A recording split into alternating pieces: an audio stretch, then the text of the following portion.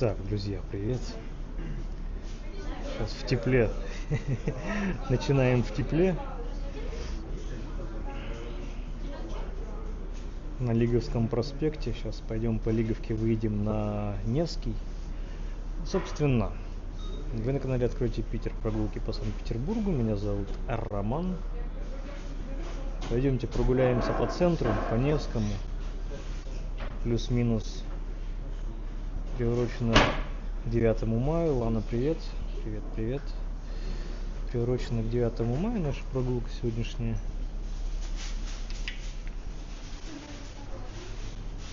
Пока кофе не взял. Пока что. Ой. Сейчас дождемся второго оператора и пойдем. Сейчас там через дорогу перед нами, по моему мнению, самый большой дом в дореволюционном Петербурге.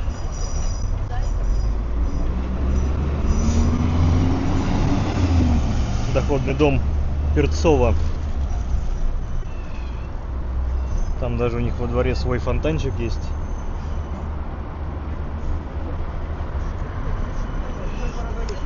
Александр Николаевич Перцов построил дом с меблированными комнатами.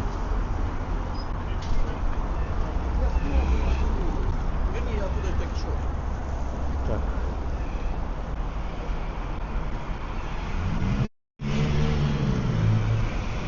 Ну и здесь за этим торговиком у нас уже Московский вокзал. Так, постоим, пособираемся. У нас место сбора получается здесь, на Кузнечном переулке. Да, всем привет, с майскими праздниками. У кого как, друзья, с погодой в майские праздники, повезло ли? Потому что нам, по-моему, здесь в Петербурге с погодой не повезло. Совсем.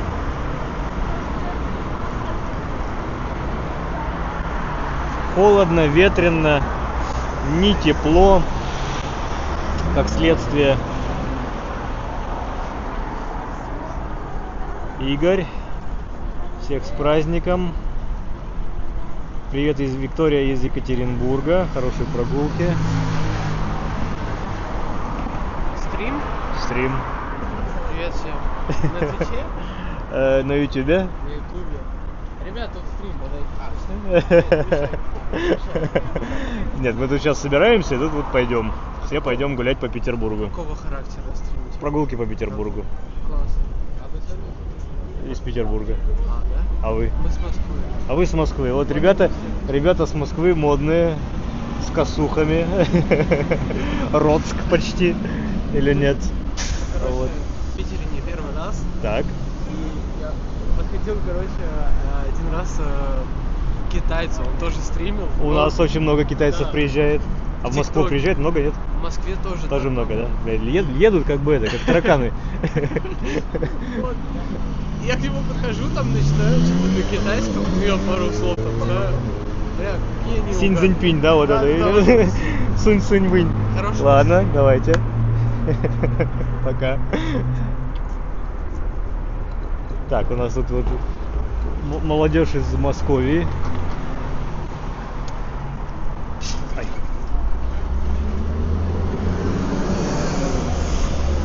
Так, не понимаю.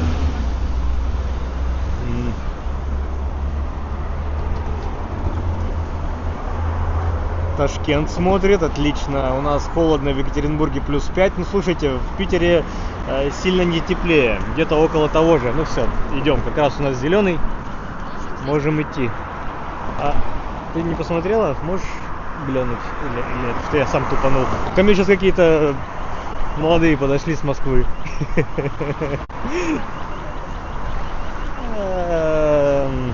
Ну, хотя нет, народ пишет. Все нормально. А еще Рутюб, еще ВК, ну, комментаторы есть, так что, наверное, работает. Так, и привет из Челябинска, привет из Кирова, Ташкент +30, мы вам завидуем, но не искренне, уж извините. Потому что мы тоже хотим плюс 30 чуть-чуть. Тут уже, слушайте, у нас уже черешню вашу продают.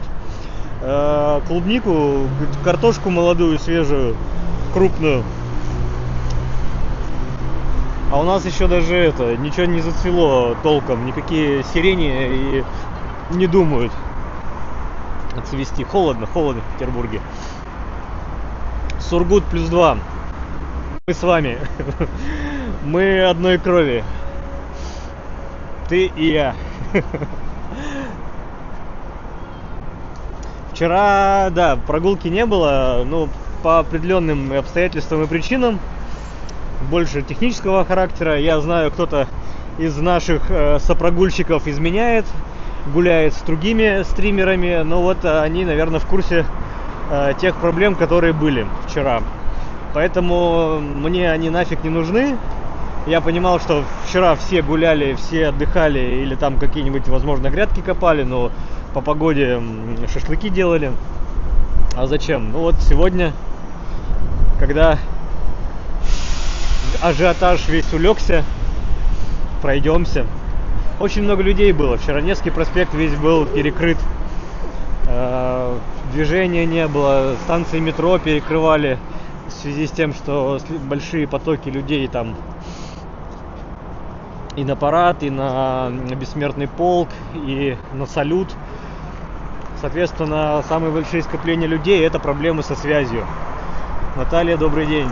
Из Перми Татьяна.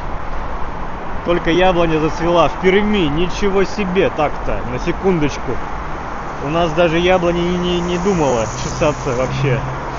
От слова совсем. Поэтому да, поэтому спокойненько сегодня гуляем, не напрягаясь, ни с кем не бодаясь.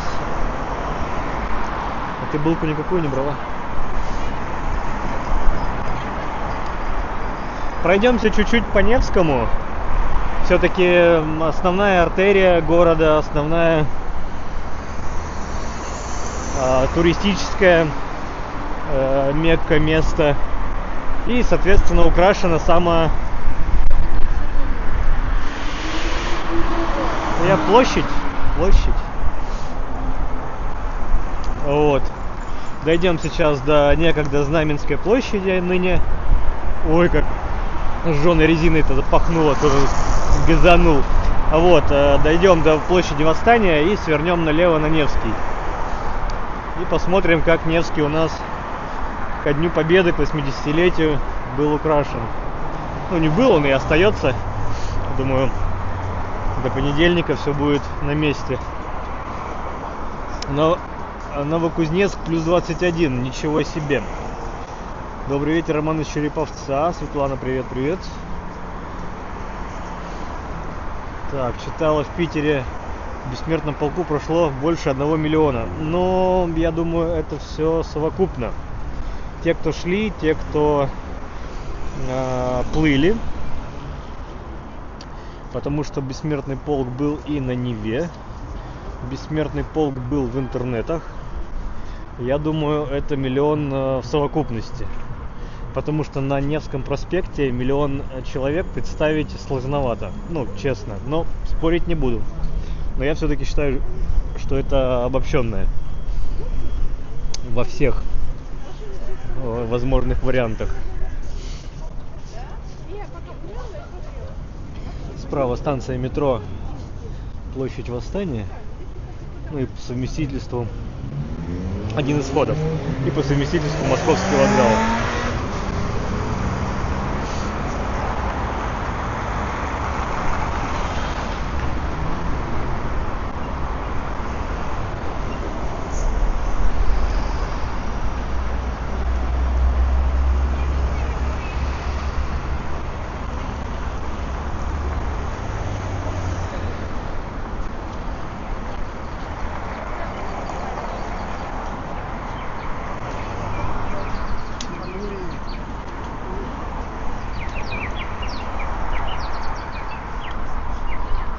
Тоже яблони. Ну так вот, какой-то, знаете, был какой-то островок тепла в какой-то момент, когда все более-менее начало формироваться почки, завязи и вот это все. А потом пришел холод. И все. И нехорошо стало. Хорошей прогулки, привет из Тулы, привет в Тулу. Тогда уж. Салют смотрели. Я смотрел салют по телевизору в этот раз.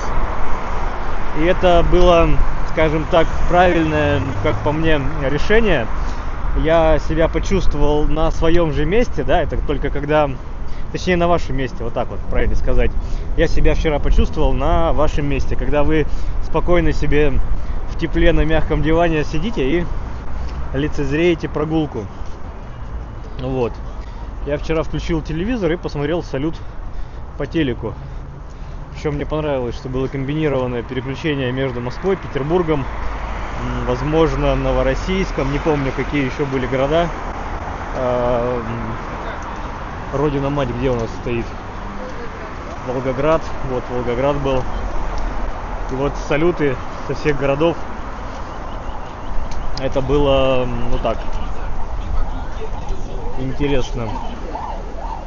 Плюс параллельно на другом телевизоре у меня был включен салют из Петербурга.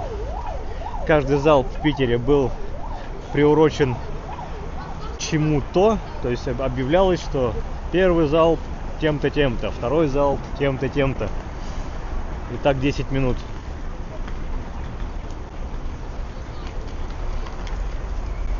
Да, все листочки остановили свой рост. Ну, холодно, правда, ночью еще около нуля, чуть ли там по ощущениям -2. Много людей да. навстречу идет с чемоданами, видимо, уезжают после майских, идут на вокзал. Да, замечаете? Все идут на московский вокзал. Как говорится, чай дохлебывайте и уезжайте на московский вокзал.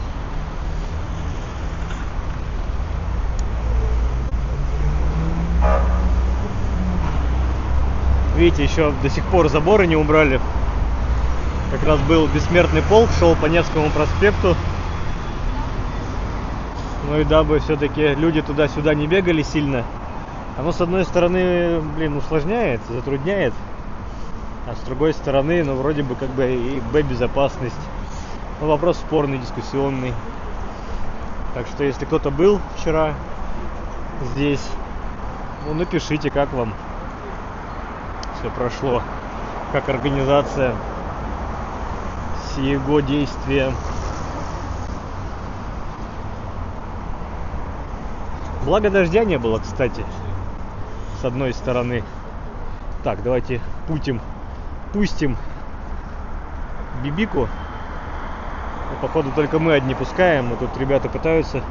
Улица Пушкинская у нас туда налево уходит, посередине скверик с Пушкиным памятником, одним из памятников Александру Сергеевичу. Ну давай, выезжай.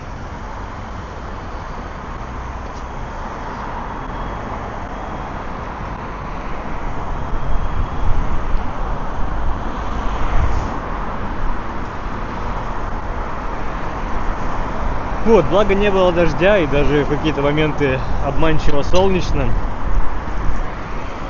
но все так же ветрено. Ты анонс не делал в Телеграм? Не. Сделай. Ну сделай, да. Да уже ладно. Да, сегодня я что-то в Телеграме забыл анонс сделать. Была опять борьба с Ютубом. Ну, вроде все поборолось, но сил не хватило на анонс в Телеграме. Так что, друзья, если что, все равно не забываем, что Телеграм-канал, подписываемся. Пока не забыл, да, поставим лайкосичек царский под стримом. На какой бы площадке бы вы не были, Рутюб, ВК или Ютуб. Где-то пальцы вверх, где-то сердечки, где-то ракета. Топ называется. Донат можете поддержать на булку, на стакан кофе с молоком, а может быть с чем покрепче, не знаю. Подходим к перекрестку с улицей Марата. Улица Марата.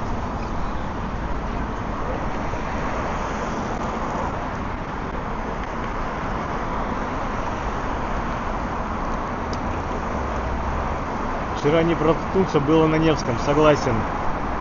Хотя и холодно, зато сакура нас порадовал. Но вот сакура успела зацвести, пока еще тепло было. Вот те дни тепла. Карету мне карету, аноним. На кофе не мерзни, спасибо. Или дошли до Дворцовой вчера, людей много было, но дошли. Посмотрели ретро-автомобили от Лен Резерва. И как вам ретро тачки от Лен Резерва? Военных лет, по-моему, я в прошлом году их видел.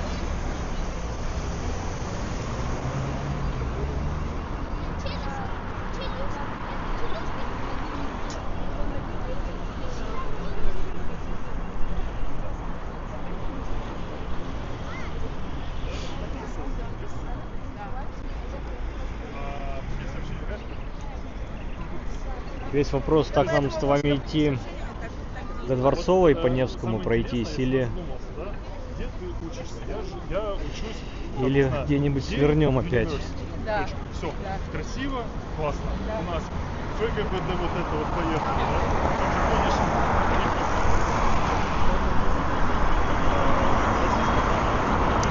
Что-то думаю, может быть в Коломну потом привернуть.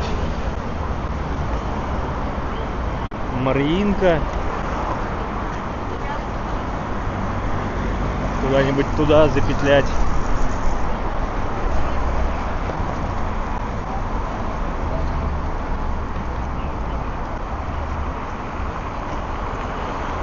Улица Достоевского 8 зайти, глянуть отель, в котором летом будем. Так, подождите, Достоевского 8. Сейчас просмотрим. Так, для любителей корюшки у нас сейчас сезон. В целом примерные цены на Невском проспекте на порцию корюшки. Сами вот видите, 750, 720, 790 подкопченая со специями с лимоном. Ну, плюс-минус норм. Можно найти дешевле, можно найти дороже. Если так, по-простому. Так. Держите. Сейчас стоим Достоевского 8.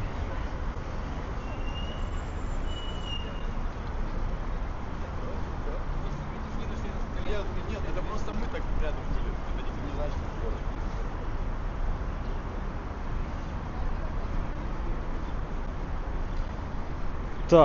Так, слушайте, ну не совсем по маршруту, грубо говоря.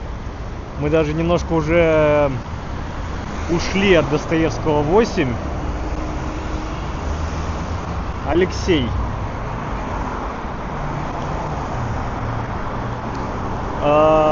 Возможно, будете меня ругать, но у меня к вам встречное предложение, связанное с донатом. Я не знаю, 100 рублей доната и дойдем. Ну или там на ваше усмотрение.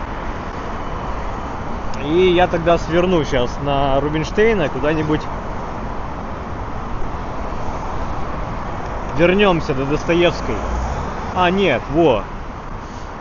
По Владимирскому сейчас пройдем до Достоевской. В смысле, ну да, станция метро Достоевская. Улица Достоевского, дом 8. Я так понимаю, там какой-то мини-отель, хостел, не знаю что, да? Я анонимил. Алексей Сафонов. Привет. А что стесняемся подписать в анонимке? От кого? На кофе, да, все, я тут первый. Виктория, 300 рублей. Без сообщения.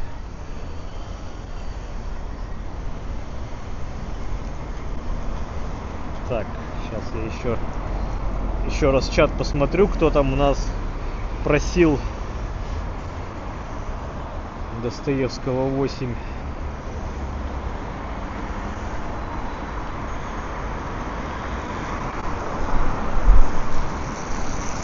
Отель Игрок.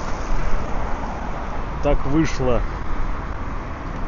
Алексей, вот ты и просил, да? Окей. Ладно, зачтем и разнообразим. Тогда один наш Невский Ты нормально там по звуку? Вот. Уйдем с ветра. Может быть, хотя бы у нас на Владимирском проспекте ветра не будет. Но место, в принципе, вы выбрали неплохое. Тихое, спокойное, недалеко от метро. А если вы рядом с метро живете, то считайте, что вы в центре. Будь это, ну, грубо говоря, 20 минут, и вы там уже в центре, даже если вы не в центре. Ну, надеюсь, вы поняли, о чем я. Транспортная доступность – это большой плюс. Ничего не придумываешь, не бегаешь, не ходишь, сел и поехал. Ну, плюс такси в центре, в принципе, вообще не проблема. Наверное, для регионов цена на такси будет казаться какой-то космической, если вы, тем более, из маленького города, где у вас фиксированная такса за любую поездку. Но скажу вам так, что, в принципе, если сложить все траты на общественный транспорт, если вы едете больше 2 человек, то такси будет выгодней. Ну и плюс за удобство надо, как говорится, платить.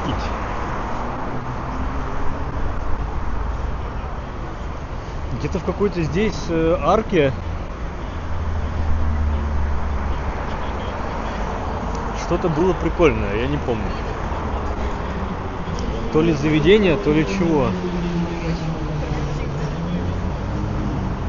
Ой, когда-нибудь вы думали, что Сережа Жуков будет вот рекламировать в таком виде чебуреки? Стыд и позор. Стыд и позор. Но опять же, кто я такой, чтобы судить Сережу Жукова? Казалось бы, да? А, там вот винтаж секонд. Видимо, этот рилс попадался вот в этом дворике.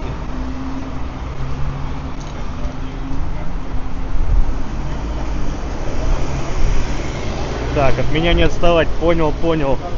Да нет, я же еще раз говорю, да, Петербург маленький, компактный, все рядом. Но опять же, вот мы с вами гуляли по периметру золотого треугольника, так называемого, да, петербургского. В золотом треугольнике все достопримечательности преимущественно все тут заключены. Так что да, тут пешочком можно походить. Все, мы дошли до перекрестка, у нас направо уходит Литейная часть, налево Владимирский проспект. Вот пойдем на Владимирский проспект. Очередные ремонтные дороги. А я так понимаю, вы в этой гостинице впервые, да? Ну а что?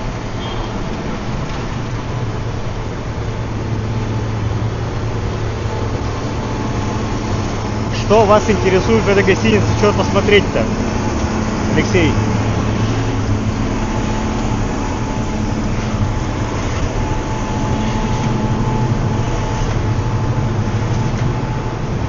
Как минимум, да, я со стороны вам покажу, как она выглядит, что за дом.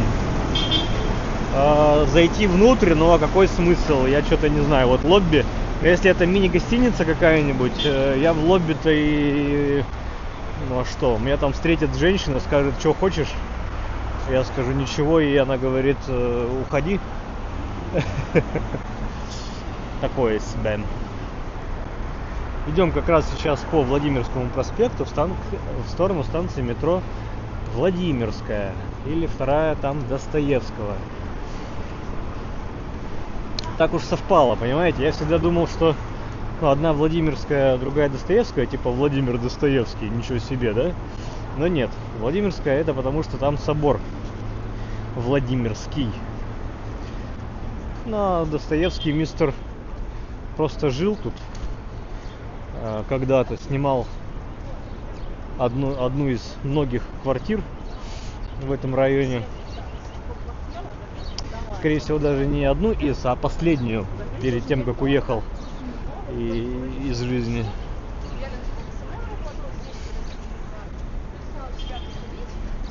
Так, здравствуйте, скажите ваше мнение про район у метро Беговая. Неплохой. Здравствуйте, скажите ваше... Беговая, хороший район Беговая. Опять же, что там у нас есть? Несколько торговиков, метро, выезд в курортный район прямой, парк 300-летия, Лахта-центр, яхтенный мост пешеходный на Крестовский остров к Зенит-арене, дома 80-х, 90-х годов преимущественно, ну и там современные. Все хорошо. Беговая неплохое место. Если рассматриваете как место для где пожить, где купить квартиру, то в принципе да, Беговая можно. Посмотреть расположение, заходить не надо. Но вот сейчас тогда давайте, Алексей, дойдем до станции метро. И получится, что посмотрим, как дойти от метро до вашей гостишки. О, смотрите, как классно, интересно. Прицепили лесопеды прямо напротив театра имени Ленсовета. Вот. В таком особняке. Видите, театр имени Ленсовета.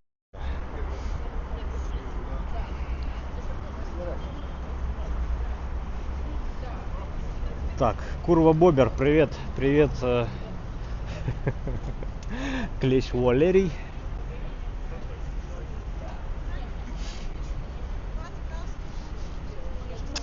Так, сейчас еще одну арочку вам покажу. Сама по себе ничем не примечательна, но... А я даже не помню, мы как будто бы даже сюда заходили. Ну, вообще, в принципе, заходили. Забавно, смотрите, тут украшено гирляндами. И плюс стены. Это все глазурированная плитка. Такая же, какая у вас в ванной. А здесь в качестве фасада используется. Вот. Да, как-то мы заходили. Но хотел показать другой двор. Или даже на контрасте сейчас. Вот мы, видите, тут такая прямая кишка сразу во двор. А есть дворы с звукоизоляцией. Сейчас покажу, что из себя представляет звукоизоляция. Но надеюсь, двор открыт, калитка открыта. Зайдем.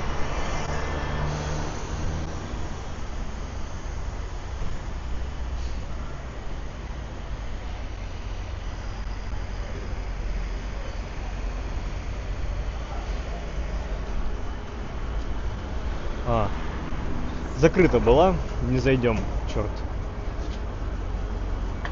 Момент я прощелкал. Ух, да, слушайте.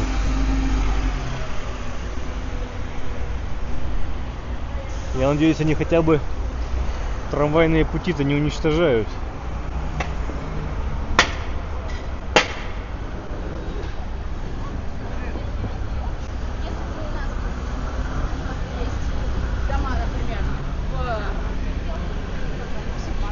Привет из Северодвинска. Опачки, здравствуйте.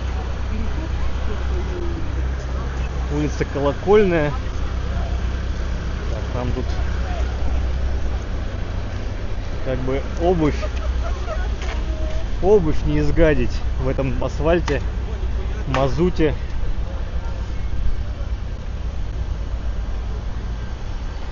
Жалко, что вот этот забор из профлиста. Так, hello SPB from Sweden. Шведиш. Приветиш. Так, секунда.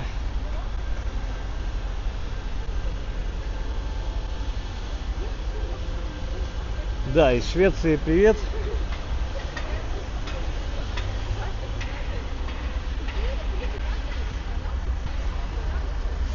Вот, что про забор-то говорю. Забор... Тут интересный сад. Интересные растения, ротодендроны растут у них, вечно зеленые. Обидно, что вот тут так заколотили. Ни себе, ни людям, как говорится.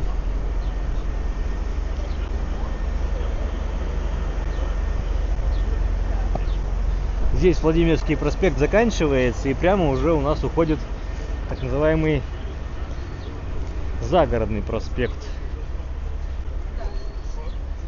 Ну а мы подходим к станции метро Владимирская. Налево уходит Кузнечный переулок, в принципе, с которого мы с вами сегодня и начали. То есть мы еще чуть-чуть и сделаем круг.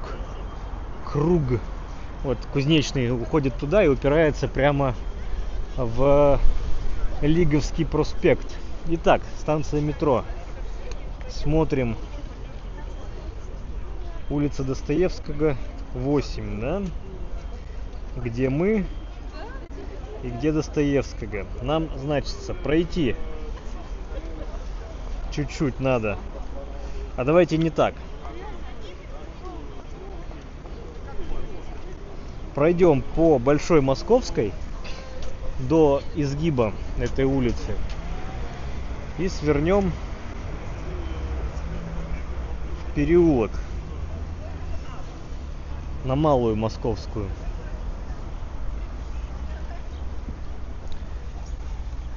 Здесь чем хороша Большая Московская, у нее достаточно широкая пешеходная часть. Нравится, когда люди... Сейчас вам приближу. Так, кто еще пишет? А еще такой вопрос. Вы же наверняка были в Петергофе, в каждом музее. Сколько там выходит, если посетить все примерно? Выходит что, по времени? На день. Планируйте на день. Если за деньги вы меня спрашиваете, за деньги вам ничего не скажу. Цены с мая изменились. Подорожание было музейное. Поэтому не знаю. Вот, что хочу показать. Посмотрел сайт отеля, обычный мини-отель, да. Так, телефото. Вот, балкончики. Мне очень нравится, когда люди оформляют цветами свои балконы. И город как-то украшается, и, наверное, себе приятней. А кто-то вот просто рольставнями шпоньк, и все. И трава не расти.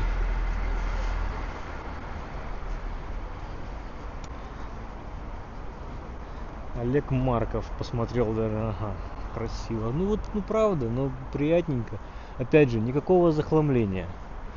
Стоит 2 стульчика и круглый столик такой кофейный. Вы выходите, себе чайку, кофейку налили, посидели, посмотрели. Да, немножко шумновато, потому что это всего лишь 3-й этаж. Под балконом дорога. Но ничего. Это не какой-то проезд, этот проспект. Ванс, доброго дня. Привет. Солнечно, да, Юля. Но холодно все равно. Потеха для голубей.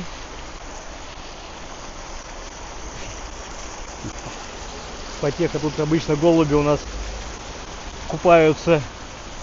Вот видите, такой стилевый мостик, как будто бы.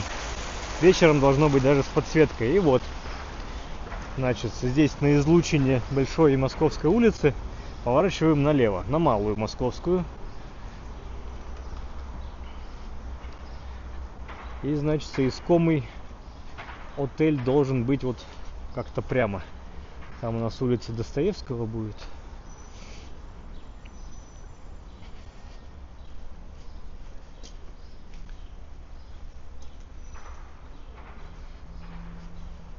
Так, ну, наверное, мы отсюда уйдем на 5 углов. Из 5 углов по Рубинштейна вернемся на Невский. Я так думаю.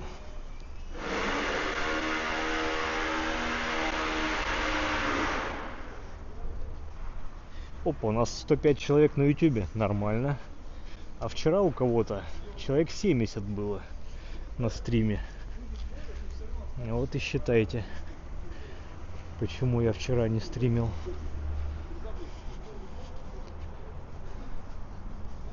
Так, как там гостиница должна была называться? Алексей?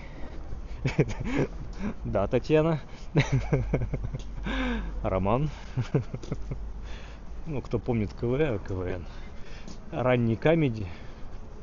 Там был такой дуэт. Сестры Зайцевы. Итак, вот этот зеленый домик. Зелено-грязно-желтый, Достоевского 8. Отель Игрок.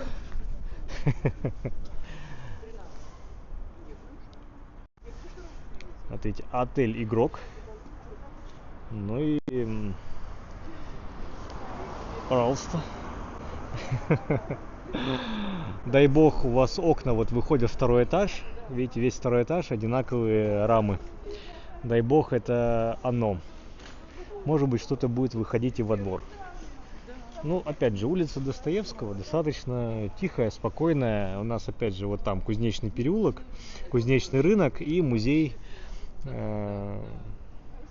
Достоевского, музей-квартира. Идем.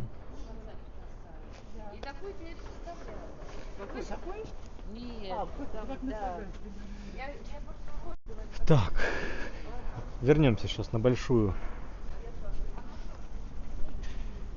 Когда в Питере предпочитаю район Сенной. Ну такой. Ничего не могу сказать, потому что он тоже очень разноплановый. Можно найти и тихую улочку, можно и шумную. Здравствуйте, давно гуляете? Гуляем 37 минут. Гуляем здесь в центре. Вообще, изначально был план пройтись по Невскому проспекту от Восстания, но вот мы начали от Лиговки, перекресток Лиговки и Кузнечного переулка. Так что сейчас будем возвращаться на Невский. Наш сопрогульщик попросил дойти до отеля, в котором он планирует останавливаться. Вот, посмотрели. Сказать, что позавидовали, наверное, но не обижайтесь. Нет.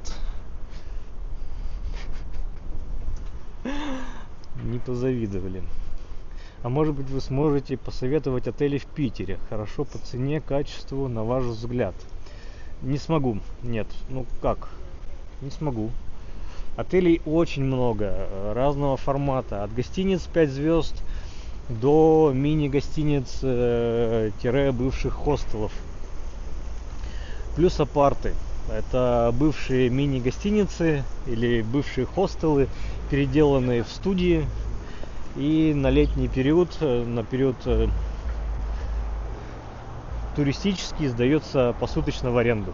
То есть вы посуточно себе берете просто студию с мини-кухонкой, со своим душем, спальным местом и сами себе хозяева. Кто хочет с комфортом, кто хочет с какими-то благами цивилизации. Даже вот здесь, на Большой Московской, есть гостиница Эрмитажа. Вот там, наверное, 5 звезд какой-то хотел. Советовать не могу. Вот все зависит от вашего кошелька.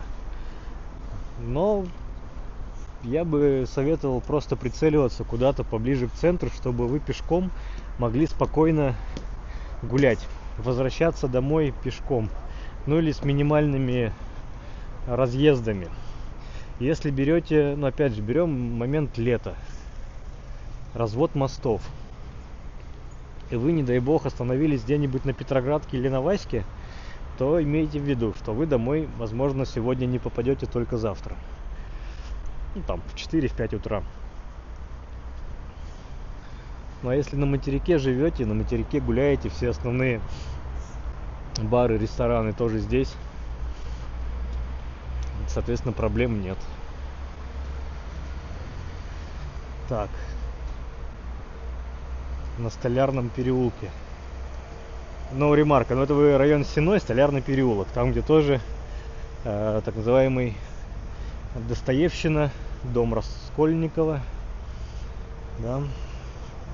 Привет из Крыма, Людмила. Привет, привет в Крым вам, пламенный. Надеюсь, у вас-то хоть тепло.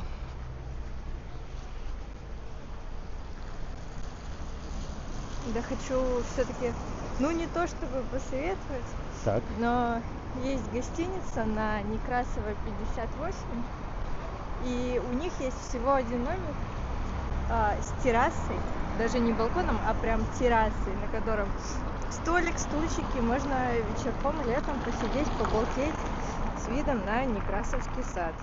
Да, раньше там были как раз те самые бассейны. Улица Некрасова раньше называлась Бассейная.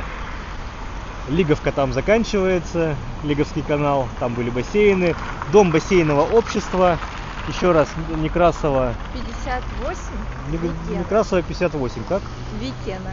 Викена называется, так что тоже это бывшая громадная барская квартира, можно сказать так. Но опять же, дом бассейного общества, громадная квартира, там, не знаю, 7, 8, 9 комнатная. Из нее сделан мини-отель. Полы скрипящие, потолки высокие. Да, как бы, ну, все, что полагается. Опять же, это недалеко от станции метро Восстание.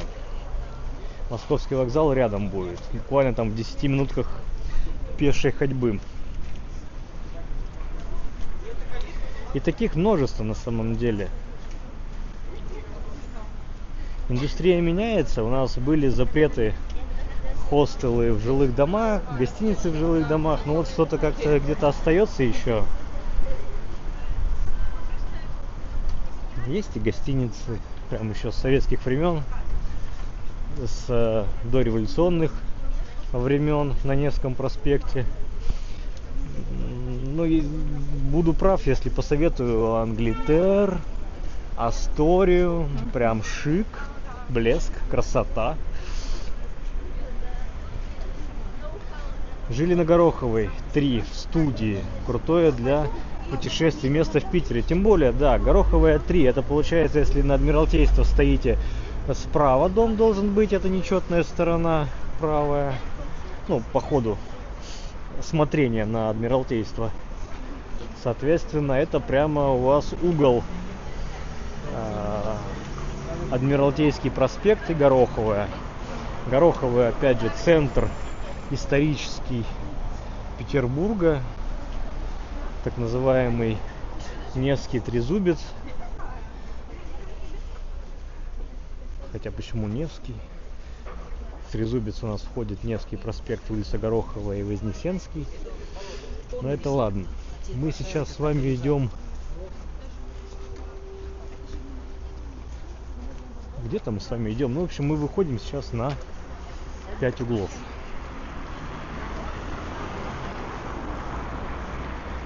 А давайте по Ломоносова так и пройдем. Давайте, нет, не буду я по Рубинштейна выходить. По Рубинштейна не буду выходить на Невский. Пройдемся с вами до Зодчего Росси. О, зеленый.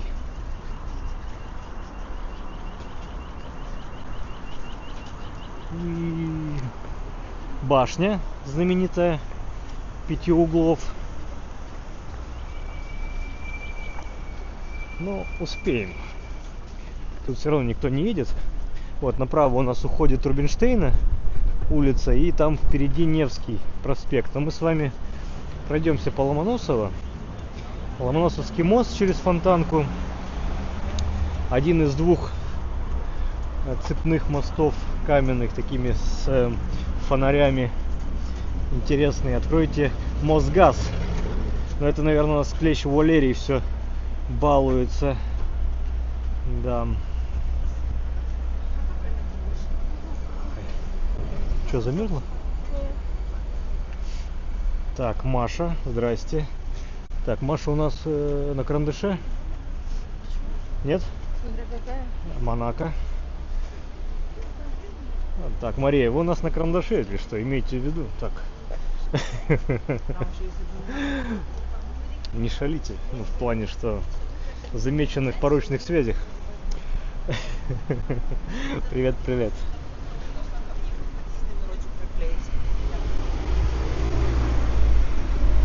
Рутинный каратин.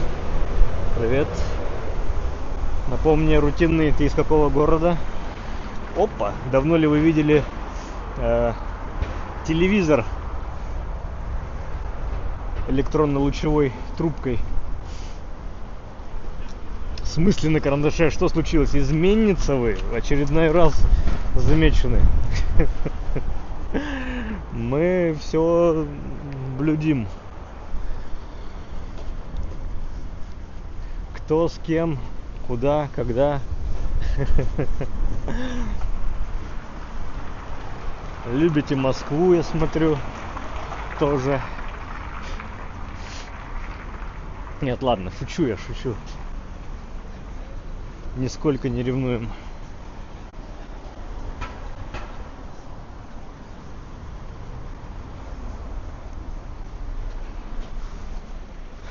Для любителей ротонд, или те, кто слышали такое название, но никогда не видели, это лестница полувинтовая, винтовая вокруг лифта, например. Вот здесь на улице Ломоносова, в этом доме желтеньком, есть парадная с ротондой. Жители этой парадной ну не то чтобы организовывают, но можно зайти за 100 рублей, по-моему, за 100, и прогуляться, посмотреть. Здесь у них есть вот эта парадная, тут и детский сад, и кстати, известный архитектор Петербурга Хренов, который дофига построил домов в стиле модерн на рубеже 20-19 веков. Конечно, люблю, я в Москве родилась. Ну да, чего бы не любить, конечно. Александр Пермяк, привет, привет.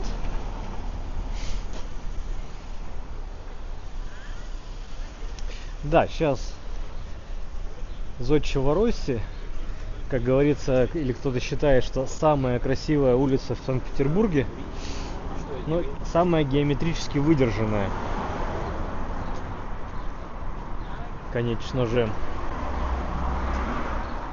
Возможно, тогда даже с вами сразу зайдем в Аничков дворец, через него пройдем, а не как все через Катькин сад идут. Здесь слева у нас, видите, это стеклянное здание, это главное управление Центрального банка по северо-западу.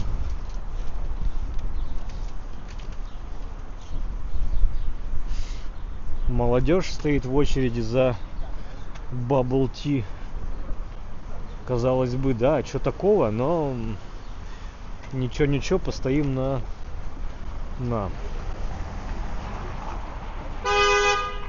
Что? Humble cookies.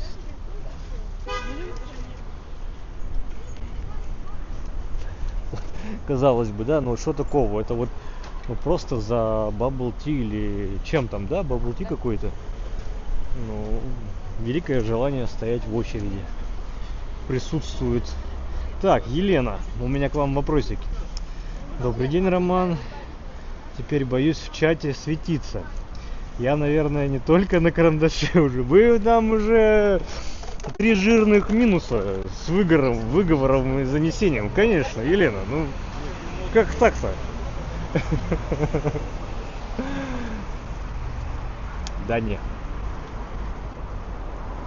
Я как могу быть против или за? Вообще никак. Там какая-то колонна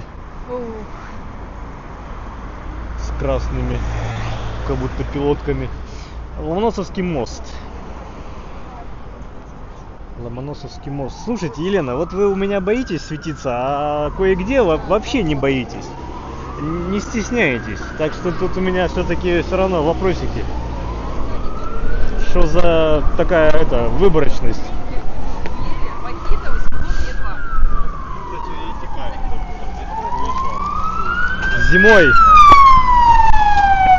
Зимой данный мост очень красиво подсвечивается иллюминациями и гирляндами.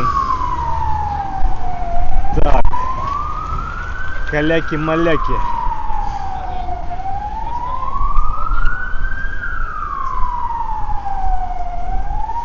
Вот от моста, конечно, остались артефакты былой, ну, это как бы даже не роскоши, а инженерии. Мост уже переделывался множество раз. Когда-то он был даже разводным. То есть данная центральная часть поднималась, но в силу того, что на Фонтанке уже не ходят никаких кораблей с мачтами, а все прогулочные очень плоскокрышие. Так, что-то у меня. Это было? Я не знаю, тут какой-то, смотрите, артефакты из городского творчества, самодеятельность. Интересно.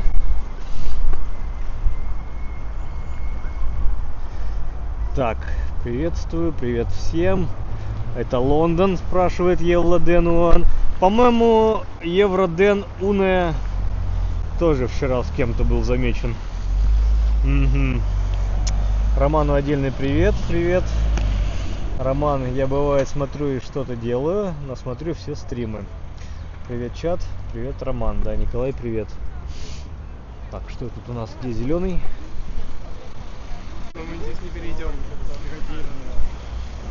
Сейчас здесь у нас... А, я думал, сейчас будет зеленый, а тут зеленый-то не нам будет. Не хочешь ты прогуляться на корабль? Сегодня Погодка шепчет. погодка шепчет, займи на выпей. Но уж точно не на кораблике. Нас сдует, продует и соплями оставит.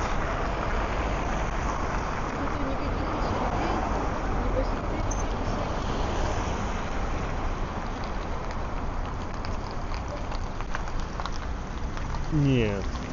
Ты хочешь на кораблик? Ну не сегодня, давайте, пожалуйста. Ждем светофора.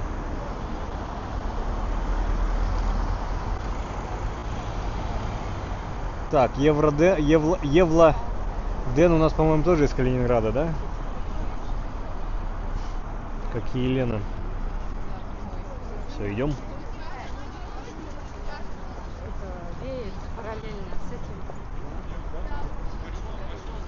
Здесь на площади Ломоносова можете вот гостиницу, если кого-то интересует, тоже себе организовать. Кто любит сходить в баньку вечерком, поплюскаться в бассейне на Васильском острове, недалеко от астральных колонн, Palace Bridge, вот сходите. Это я не помню, по-моему, финский, или может быть финны его продали в связи с обстоятельствами непреодолимой силы. Академия русского балета имени Вагановой. Итак, улица Росси, да? Самая красивая, самая геометрически выверенная улица. Вот сейчас стану посередине, и вы увидите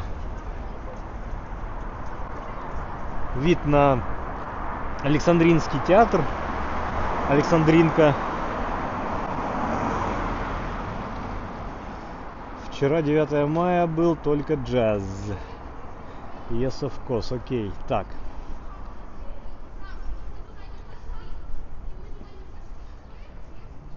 Ничего себе. Ну, не, я только за то, что есть активность. Я рад, что есть интерес. Я бываю сильнее рад, когда интерес к моим стримам побольше. Количество людей, конечно, говорит об этом.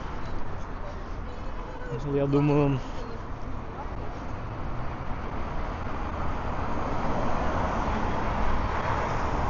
Да и Ленинский проспект, пусть и широкий у вас в Калининграде, но пешеходная эта часть сильно не широкая.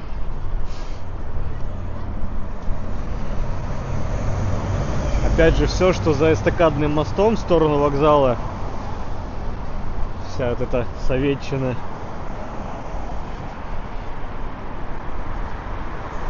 Как будто даже, не обижайтесь, но неинтересно никому. Все же ходят от острова Канта туда в сторону площади Победы. всякие зоопарки, Московский проспект, дальше Малинау. Вот это все вам в Калининграде, туристы обычно там же шарахаются.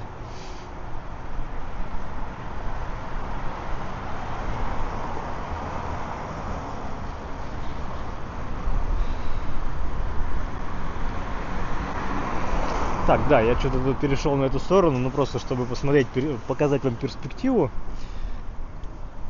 улицы Зодчего Росси.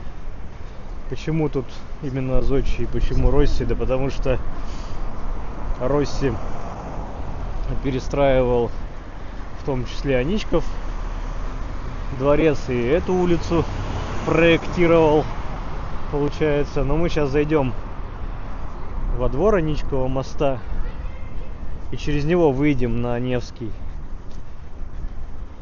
Никогда, кстати, сам пешком этого не делал, хочу просто проверить.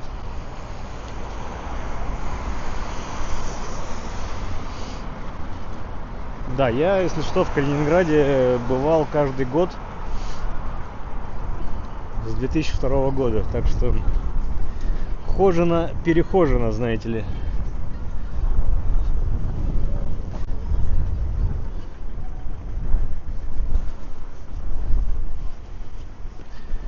Ага, мы даже, может быть, здесь и не пройдем. А, вот это нам арочка нужна. Здесь в уголочке. Он ее хоп, в уголок поволок.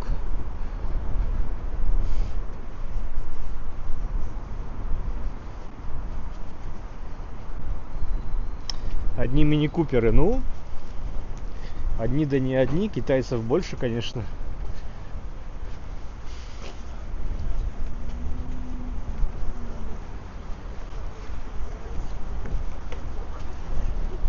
Здесь что у нас? Санкт-Петербургский государственный музей театрального и музыкального искусства и театральной библиотеки, кстати. Вот, мало кто знает, но здесь вот есть такой проходик к Аничковому дворцу. И почему я сейчас туда иду? Я хочу вас не то чтобы предупредить, не то чтобы обезопасить, но немножко внести ясность, потому что многие путают Аничков дворец с техническими постройками этого дворца. По крайней мере, вот недавно видел экскурсию такую. Так, а мы тут выйдем куда-нибудь? Или я тут запутал?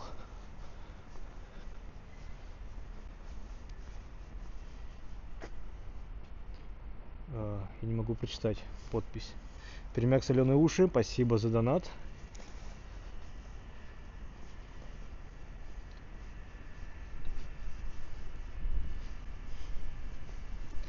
Мейерхольд, памятник Мейерхольду.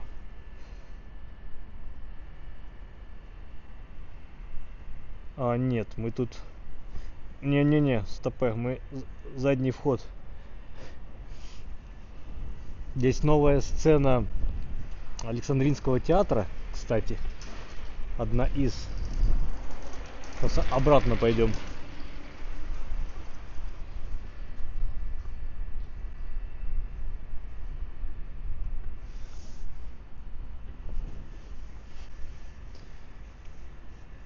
Так, что вы пишете? Где сейчас 11-й бусик? А что 11-й бусик? Это пешеходный, в смысле, ногами, да, вот это вот? Будем искать. В глаз бросается мини. Но это, видимо, вы хотите себе мини-купер, поэтому он вам очень и в глаза бросается. Я думаю, это вот так работает обычно.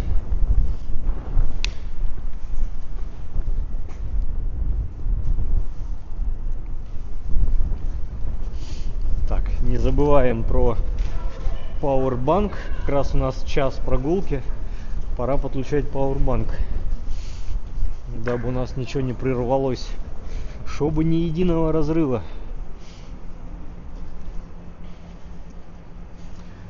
Здесь вот, куда я в арку зашел, это мы бы сейчас оказались на Фонтанке опять. А часы ты включил? Да.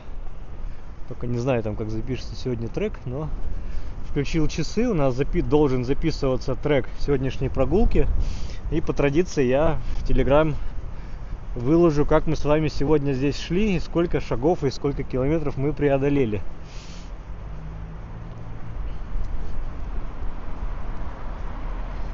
Так я согласен, 11-й маршрут, как бы, ну, это не что-то из ряда вон. Но обычно в народе 11-й маршрут иногда подразумевается, что пешочком, типа на ножках передвигаешься. Здесь у нас здание Газпрома, Газпром Медиа. Это вот те самые, кто владеет ВК и всем-всем-всем. Mail.ru группы, вот это все. И смотрите, что они себе здесь отгрохали на площади Островского. Это, возможно, даже башня дома Зингера. Не то чтобы в подметке не годится, но зато здесь современная. Ага, здесь мы не пройдем. Врешь, не пройдешь. Ну тогда, Аленчик, пойдем тогда сейчас в этот парк. Обычно вот здесь бывает, что эта калитка открыто и можно насквозь пройти, но не сегодня, к сожалению. Ну ладно. Тогда буду Аничков дворец вам показывать издалека, из-за забора. Что поделать?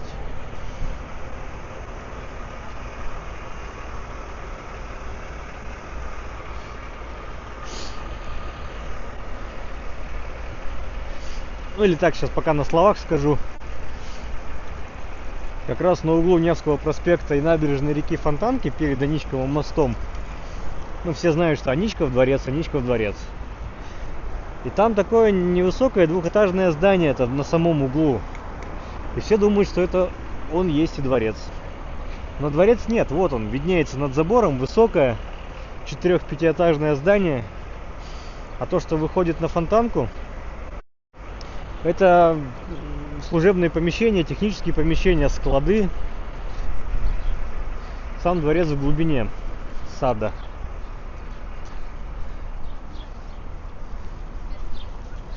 Когда-то сад Аничкова дворца распространялся от самой улицы Садовой. Вот сейчас здесь здание библиотеки. В общем, от Садовой здесь Катькин сад и вот до Фонтанки. Это все были угодья Аничкова дворца. Опять же, никакой Аничков не владел этим дворцом. Назван дворец в народе так, по названию моста, рядом с которым он находится, всего лишь, чтобы вы не думали.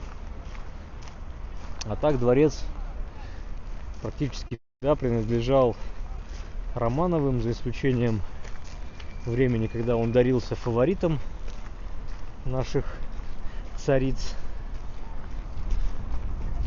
Ну а так по наследству или как подарок на свадьбы дарился родственникам.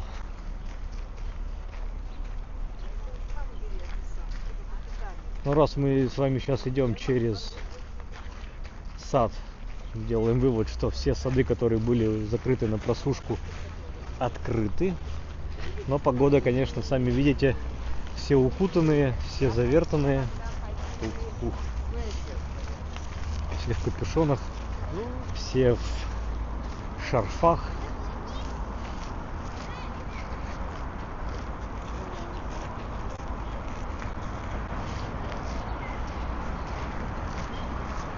Конечно же, на входе в Катькин сад вас встречают лже-цари, лже-Петры, лже-Екатерины. Вот предлагают, конечно же, сфотографироваться, а потом просят у вас груду денег.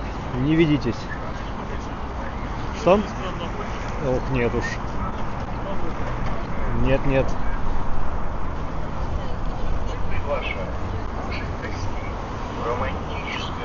Вернулись на Невский проспект.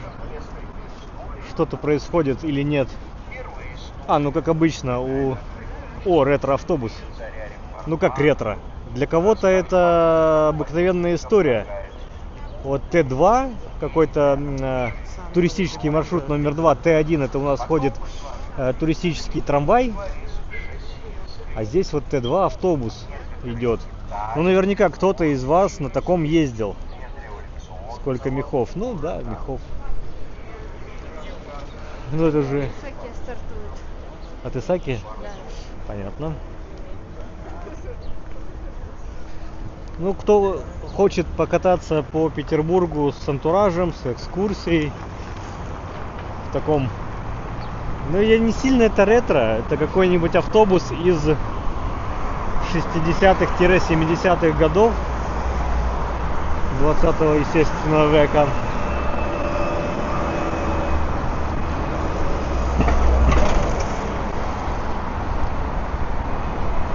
Дать им фальшивые деньги и все дела, Мария говорит. А чё, хорошо. Банк приколов, действительно. Почему бы и да. Ибо, как говорится, нефиг.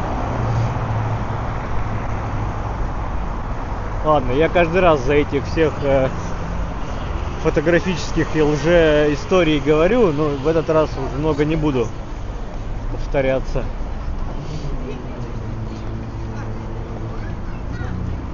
Кубань. Кто с Кубани? Или это автобус Кубань?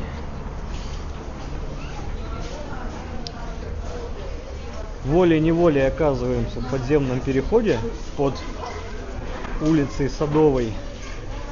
Здесь уж так организовано пешеходное движение, что по-другому не пройти.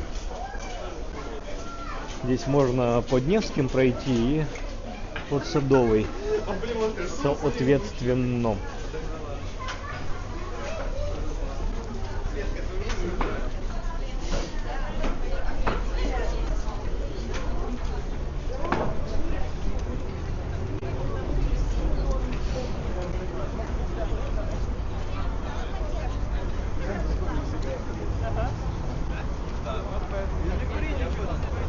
По левую руку показывается наш большой гостиный двор, центральное торговое предприятие города. Бывшее. А? Бывшее. Ну почему бывшее? Торговое-то осталось, но уже не центральное. Основные купцы, основное купечество торговало, конечно же, здесь. История большого гостиного двора у нас начинается с практически, наверное, середины 18 века, там это 1700, какие-нибудь 50-е, 80-е года.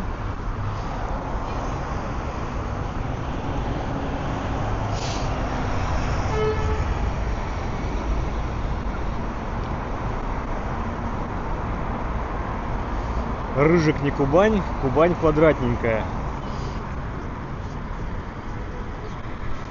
Так, Света Нико. Роман, добрый день. Привет с Южного Урала. Привет, привет. В Южный Урал. Так, у нас уже 177 человек на ютубе. На секундочку. Друзья, приветствую всех, кто новенький, кто старенький особенно. Новенькие, не забываем ставить лайки, подписываться. Мы часто гуляем по Петербургу, по историческому центру, около исторического, вокруг и всякие пригороды. Ну и также ездим в какие-то отдаленные и не очень города нашей России. Города, наполненные историей.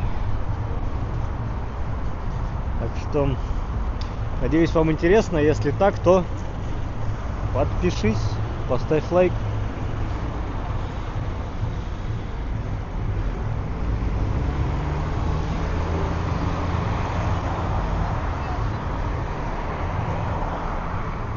Покажи военные плакаты. Так, здесь какая-то выставка уличная, уроки истории, выставка военного плаката. Стихи Сергея Михалкова, рисунки Бориса Ефимова, Марка Абрамова и Владимира Добровольского.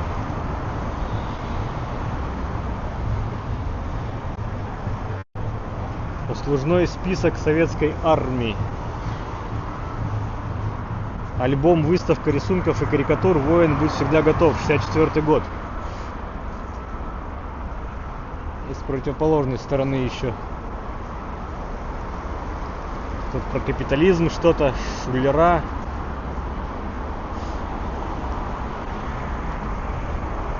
Удар в хребет. Не зря про Курскую дугу напоминаем мы врагу. Писал Михалков. Ну это, по-моему, папа, да, того самого Никиты.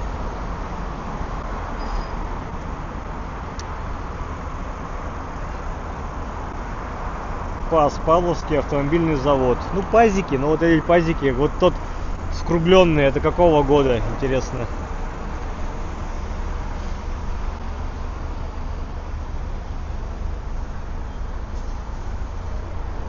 Связь палачей. Палачи между собой тесно связаны петлей. Угу.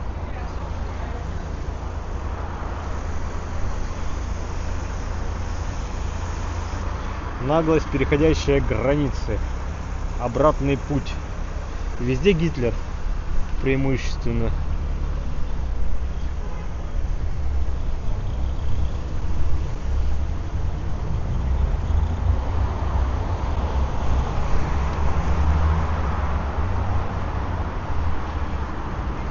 История не повторится, говорят, но...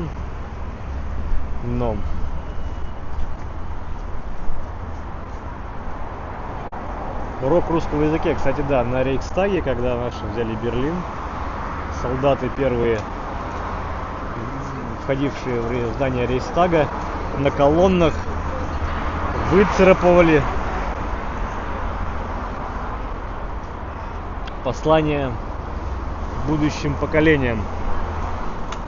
И насколько мне известно, эти надписи до сих пор на Рейхстаге сохранены, только лишь они как затянуты или ну вот щитами закрыты. Здесь тоже есть подземный переход по улице Михайловской, но в общем здесь можно, конечно, пойти вверхом, что и с вами и сделаем. Это середина 80-х. Ну вот тем более, видите, какой ретро и всего лишь середина 80-х. Но все равно 40 лет уж прошло. Думская башня, здание бывшей Думы, Думская башня, Думская улица. Есть смотровая площадка наверху. В целом сходите на смотровую, да, за денежку, но наверняка не пожалеете. Наверняка.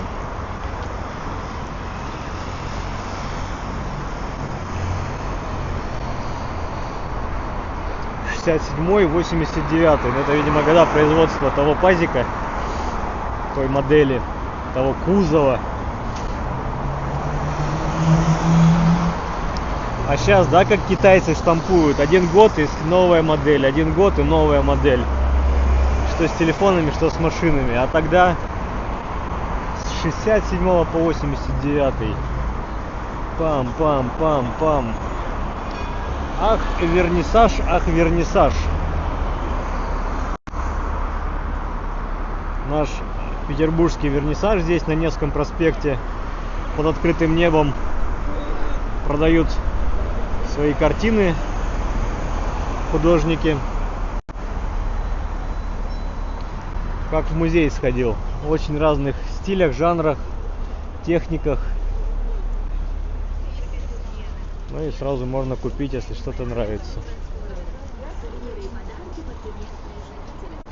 Китайцы 40 лет не проездят. Ну, посмотрим. А надо ли, да? Вот, а надо ли 40 лет-то им ездить? Если уже через 3 года сам потребитель хочет новую модель.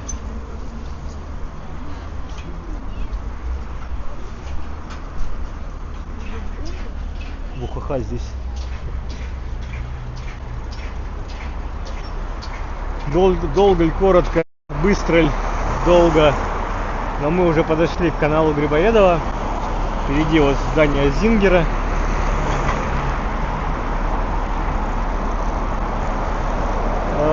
Ошибочно кто-то считает, что Зингеры это какая-то немецкая компания.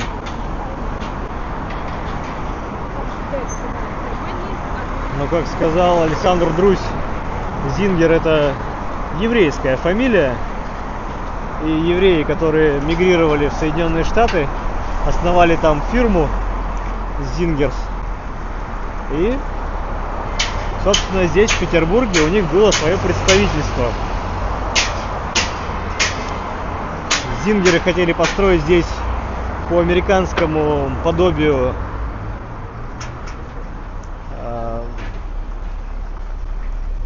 Манхэттенскую высотку, но не дали им это сделать по всем известной причине, что нельзя было ничего в Петербурге строить выше, чем Зимний дворец, тот самый, который сейчас Эрмитаж.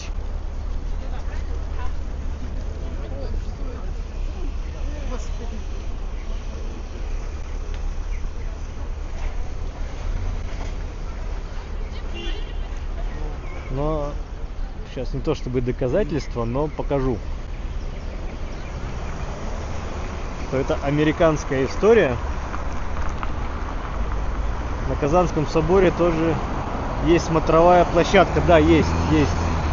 Там смотровая вот выходит на левое крыло, на левую эту полуарку.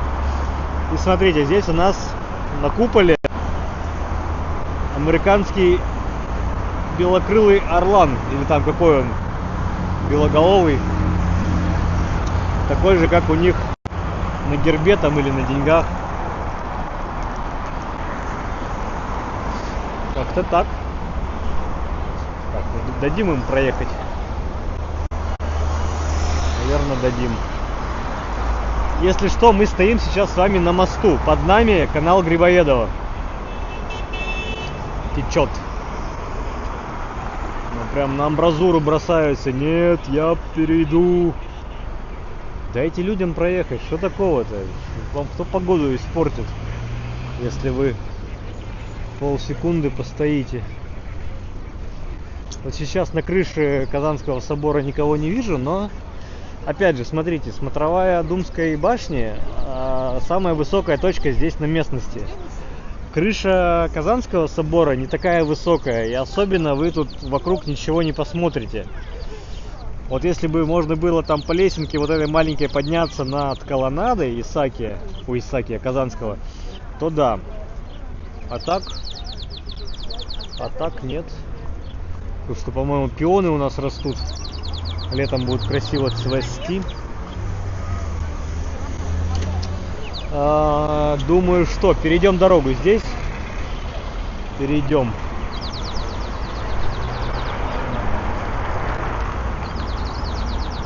Окажемся на солнечной стороне Невского проспекта. На южной, скажем так, на южной.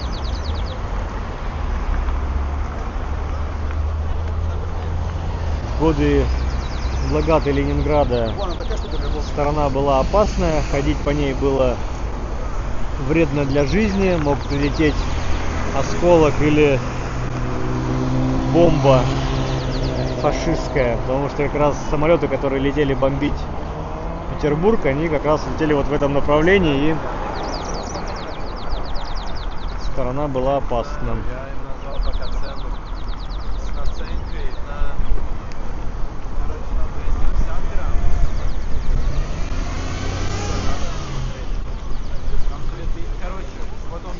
Стенка на стенку здесь у нас на зебре. Походим сейчас здесь немножко дворами, я думаю, повернем на Малую Конюшенную.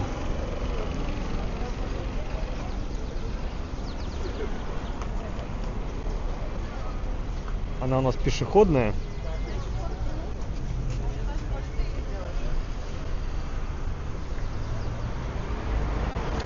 Вид имеет, как говорится.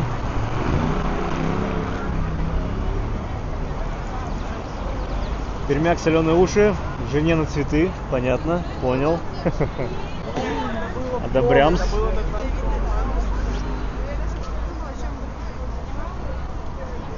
Цветы вон там, если что. Тюльпаны? Ой, как их там, ландыши.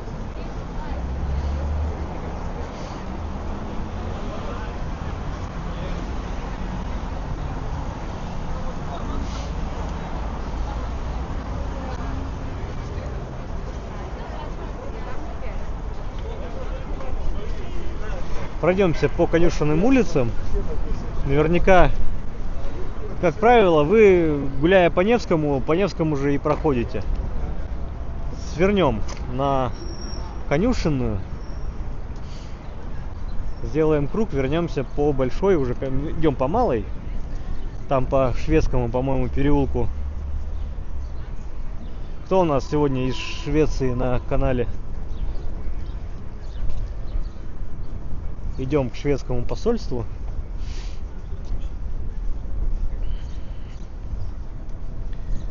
Так, накануне 9 мая в Берлине на Рейхстаге водрузили кто-то красное знамя. Немцы там офигели, смотрели и комментировали. Ну, а чё у нас? Реконструкция. Что такого? Одобряем. На Невском проспекте, по-моему, запретили в это лето ставить летние террасы.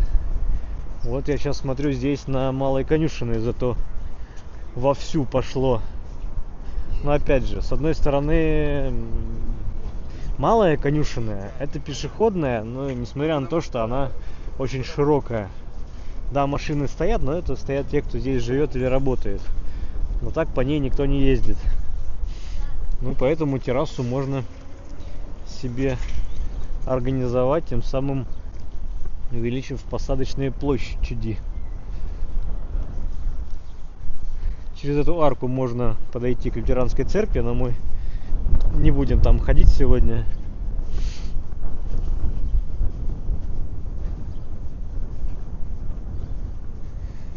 Так.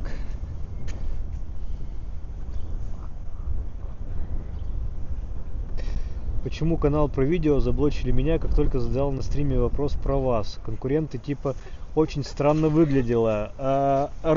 Ты мой друг. Я тоже там заблокирован. И я, как и вы, сердечно недоумеваю. Испытываю сугубо морально-нравственные страдания по этому поводу. Но такие уж люди. Ну что сделать? Ну, такой там модератор. Если вот так относится, даже хорошо, назовем себя конкурентами, но кого мы делим? Я никого не делю, никого не отбиваю. Но там считают, что вот себя вести так нормально. Здоровой конкуренции быть не должно, по их мнению. Так что все вопросы к автору канала и к его модераторам.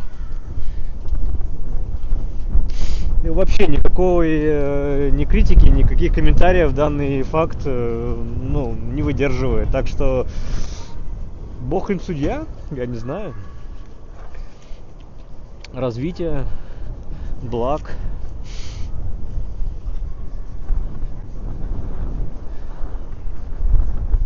Что сказать?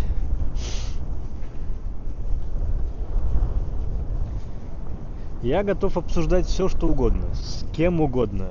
Не вижу в этом проблемы. Там не готовы. Потому что модератор Юлия, я. Молодец. Подожди, Сергей. Юлия, я молодец. Так вам и надо. Потому что Сергей Яковлев, что-то я не понял. Так, здравствуйте. Я стал смотреть ваши видео с 8 мая. Они очень интересны, у вас прогулки. Окей, go домой, Сергей. Сергей. Может, Сергея домой отправим? Сергей нас давно домой гонит уже на каждом стриме. Ну, Сергей домой сейчас пойдет, я думаю. Вот. Я тоже там иногда бываю. Так вот именно, ну и что такого? Что, мне сейчас тут Марию заблокировать сразу? Что за бред? Ну, что поделать? Такие люди.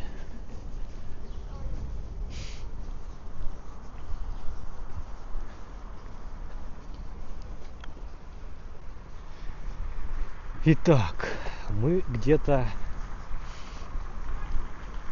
Сейчас подойду, прочитаю, что у нас тут за соборчик католический. Церковь Святой Екатерины. Урби эт Орби. Но вся вот эта католическая история, она, кстати, да, она действующая, но открытая, можно всегда зайти.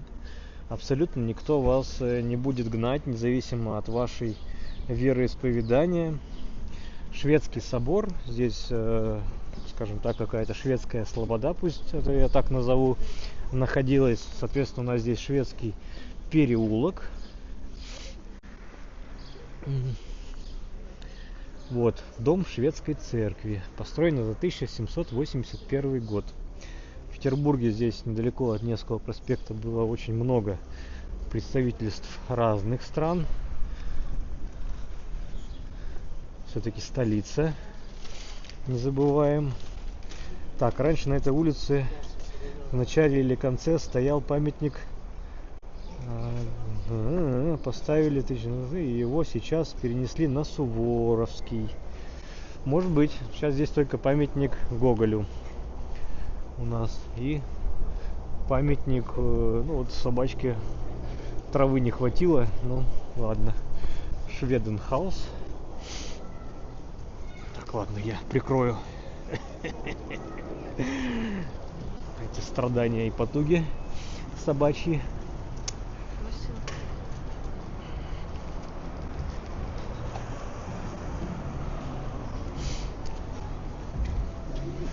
Действительно, почему бы посередине улицы не проехаться?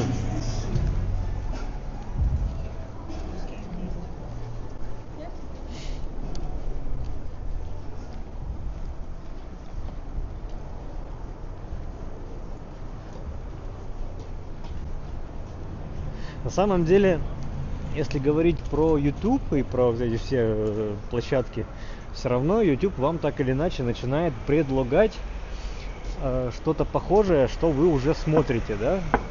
Ну и, соответственно, стримеров так или иначе тоже друг другу начинает подпихивать, но я имею в виду вам, зрителям. Дорогим телезрителям, вышли на Большую Конюшенную уже. Здесь мы можем с вами, кстати, срезать дорогу и через двор Капеллы выйти сразу на Дворцовую. И вот вопрос к вам сейчас, дорогие сопрогульщики. Надо ли это сделать, или все-таки пойдемся в обратном направлении по Большой Конюшенной на Невский, и уже по Невскому там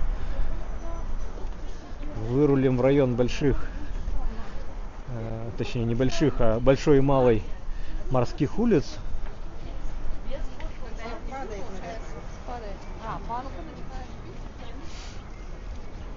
Или сразу на Дворцовую. Так, надо, я считаю. Шведская церковь, да. Умели раньше строить красотой, сейчас человейники. Ну вот, рынок, к сожалению, да, диктует свои условия. Спрос, предложение. Спрос и предложение. Большая Конюшенная в виде у нас бульвара, и, собственно, здесь. Вот Большая Конюшенная, дом 11, и это арка. Если мы в нее сейчас пойдем, то мы напрямки выйдем к Певчинскому мосту и на Дворцовую площадь. Но мы с вами как сейчас постоим? Сейчас там стрим дойдет. Программу «Ночь музеев». Так, у нас намечается Ночь музеев по стране и в Петербурге в частности. И здесь Капелла представляет свою программу на 17-18 мая. Ночь музеев. Только Капелла, да. Не хочешь пойти в 3 ночи на Моцарта? Пожалуйста, Моцарт в 3 ночи. От Моцарта до Стинга. Римский-Корсаков, Чайковский, Антипов, Мусорский, против Стравинского и ансамбля «Бисквит». Давайте через Капеллу. Так, это только мнение Ирины пока что. Ну, а так можем дойти до Невского и по Невскому пойти. Или через Капеллу. Давайте через Капеллу, черт побери. Ладно, не покажу я вам очередь в Пышечную. Николай ночью планирует спать. Окей. Окей. Так, кто еще? Голоса. Пока даже не разделились, пока один только голос за Капеллу. Так, Александр Годин тоже говорит за Капеллу. Уже 2 голоса.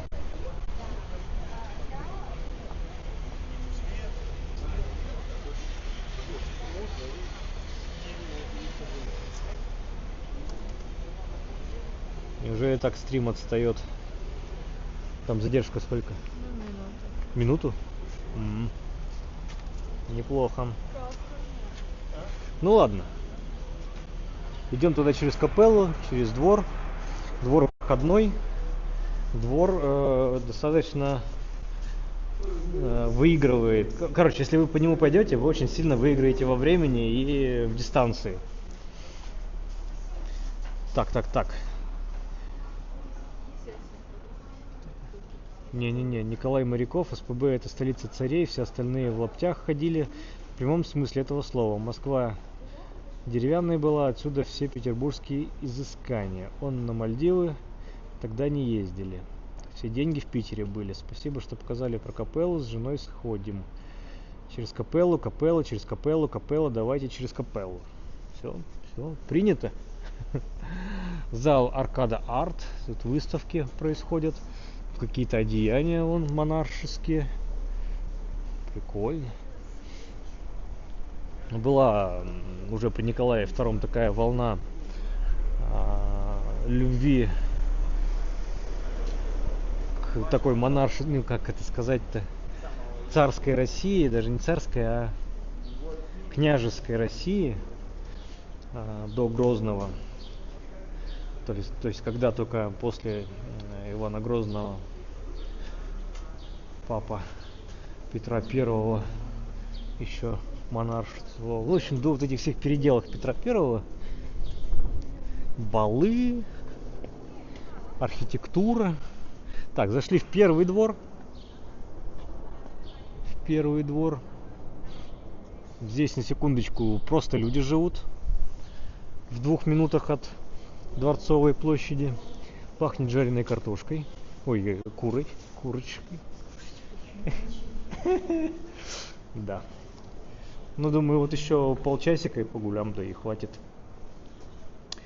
Так, да, заблочил именно ведущий канала. Лично сам попросил модератора заблочить. Ну вот, дорогой Р, делайте выводы. Что я могу сделать? Я ни в какие контры ни с кем никогда не вступал. Ну вот, второй двор Капеллы.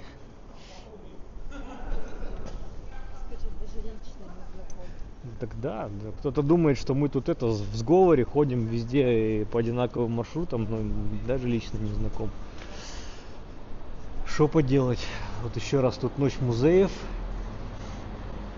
рекламируют. Ну и третий двор, по совместительству последний, это прямо уже двор Курдоньер Капеллы. Этот просвет, это уже выход на Дворцовую площадь.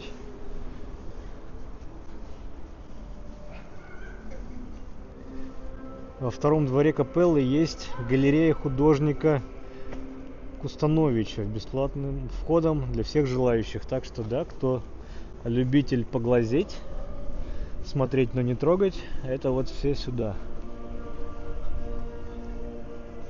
Красивешно, да, конечно.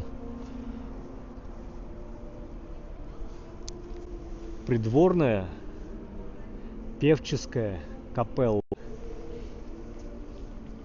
Фамилии: Разумовский, Ломанкин, Львов. Ну, кто умеет читать, тут Глинка, тут это вот все товарищи.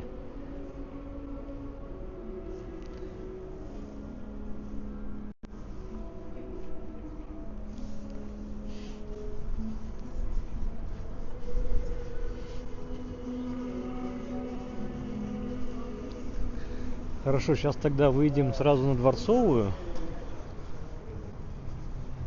площадь. И там, наверное, уже через арку на Большую Морскую. И нет, на Малую. На Малую, наверное, пойдем. Давай там перейдем.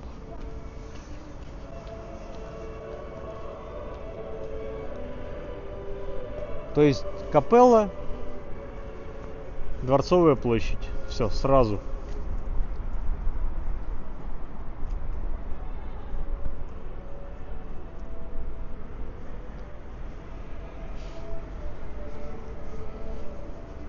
Несмотря вот на какие-то погрехи, но это все залепливается, чинится, реставрируется, да, даже не обращаем внимания. Климат у нас суровый, поэтому ничего страшного.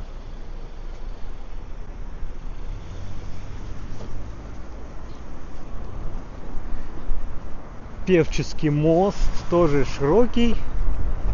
Когда-то был одним из цветных мостов в Петербурге. Был желтым. У нас же есть зеленый, красный, синий мосты. Это был когда-то желтым. Но стал певческим.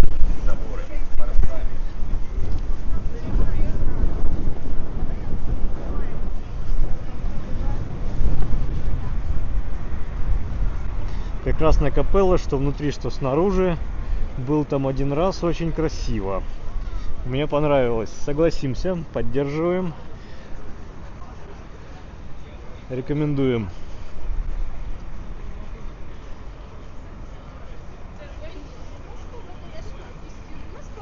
Выходим на Дворцовую. По правую руку у нас будет здание Зимнего дворца. Так, аноним.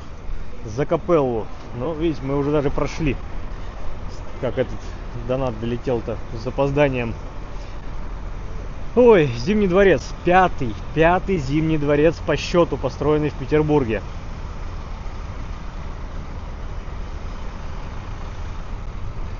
Все зимние, а зимних-то не один был. Естественно. Зимний дворец строился 8 лет, аж целых 8 лет. В камне. Первый Зимний дворец Петра I, который находился на берегу Зимней канавки. От него остались только лишь фундаменты. На этих фундаментах построены очередные строения, следующие за ним. Потом на месте этого зимнего строились следующие, второй и третий деревянные зимние дворцы. Четвертый был на Невском проспекте, тоже деревянный, временный. И вот пока жили в четвертом, строился здесь пятый Зимний дворец на Дворцовой площади. Так, через арку мы не пройдем. Здесь разбирают сцену, которая была... Или пройдем? Не, пройдем. Вон там что-то все ходят. Не хочу сейчас кругом обходить Дворцовую, ну, на Невский там выворачивать.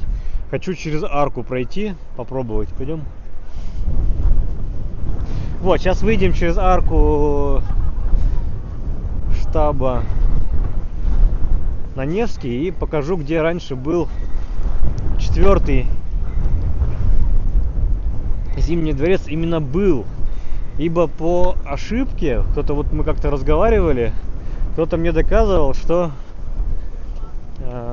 дом Чичерина это есть тот самый Зимний дворец. Но нет. Зимний дворец был деревянный, четвертый. И простирался от Фонтанки аж до самой Большой Конюшенной улицы. И после строительства уже вот всеми известного Зимнего дворца 5-го был разобран. И уже после был построен особняк Чичерина. Это главный был полицмейстер полицейский на то время. По этому случаю мост, зеленый мост через Мойку, назывался еще полицейским мостом. Сейчас там гостиница в этом особняке Чичерина. Но от Зимнего дворца там не осталось ничего.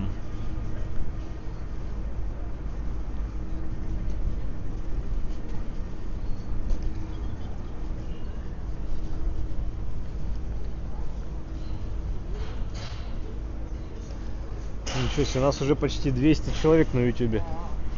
Не рекорд, но очень недурственно. 198.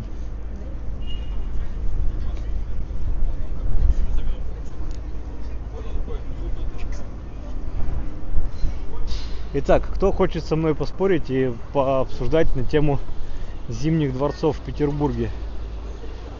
Непосредственно вот тот, который нас сейчас ждет впереди, якобы. Кстати, ну так, отступлю от темы. Попадаются рилсы, что типа не хотите стоять в очереди в Эрмитаж? Вот, идите сюда. Видите, здесь тоже в арке Генерального штаба есть, ну, главного штаба генерального. В арке главного штаба есть тоже представительство Эрмитажа. Да. Вот.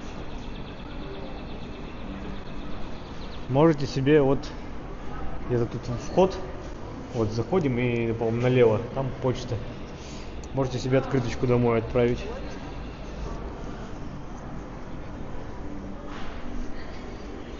Так, друзья, что-то никто не поддерживает. Ну ладно. Мой спич. Тогда поделюсь другим лайфхаком. Кто любит глинтвейн? Ну и вообще в такую погоду, конечно, неплохо было бы сугреваться, я думаю, чем-то горяченьким, а может быть и высокоградусным. Ну, чтобы это было более-менее вкусно и как-то по-питерски. Глинтвейн, просто хороший глинтвейн. Алкогольный глинтвейн вы в Петербурге не купите. Только опачки, опачки. Вот у нас тут ветер раздувает, а художников-то и нет. Ну, я, говорит, я устал, я полежу. Ну ничего, видите, вот творчество, оно таково и более никакого.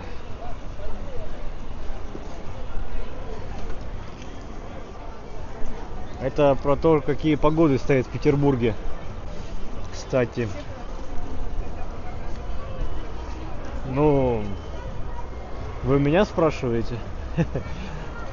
Я думаю, вы и так хорошо знаете, сколько промилле по ПДД в вашей крови должно быть, чтобы можно было управлять.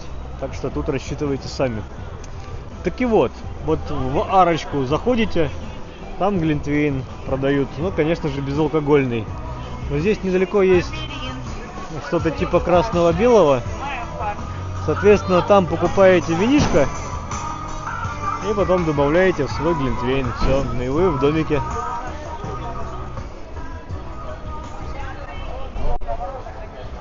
Ну, например, как вариант. Вот видите, есть арочку. Вейп-шоп. Раньше здесь глинтвейн делали. Кстати. Музей казни, пытка на мане, возьмите купончики. Не Страшно хочу. интересно, музей вас ждет. Да, или можно с собой фляжку носить, уже приходить готовым на встречу, да, подготовленным. Так и вот, видите, вот этот розовый с таким полукругом, это здание начинается у нас от самой мойки, вот от мойки. Здесь большая Да, большая морская, следующая малая морская. И когда-то Зимний дворец, деревянный Зимний дворец, был на протяжении всего до Большой морской улицы.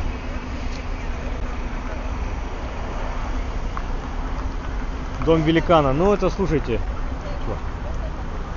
ну, кто с детками любит, тут развлечений для детей, конечно, много. Ну и для вашего кармана тоже. Можешь в Макдак забежать. Я потихоньку пойду, да, помнишь? Или я круг сделаю.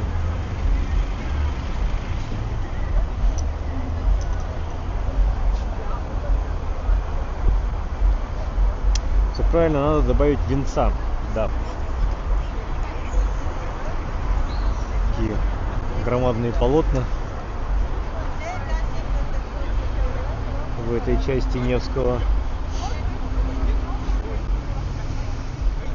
Так, зеленый, бежим.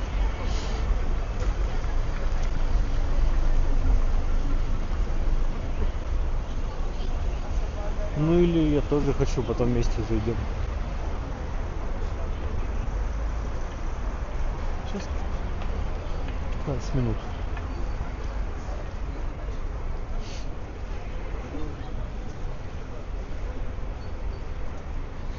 А вот это, ну, как раз вот розовое здание, это как раз тот самый особняк полицмейстера Чичерина.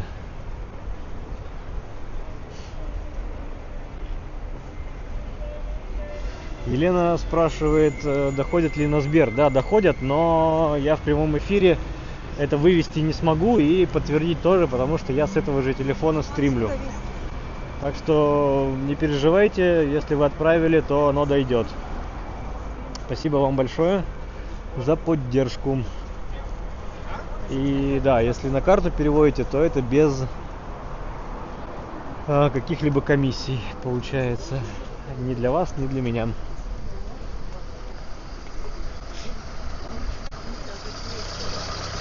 Впереди мы видим университет Бонч-Бруевича. Подождите, вы про это?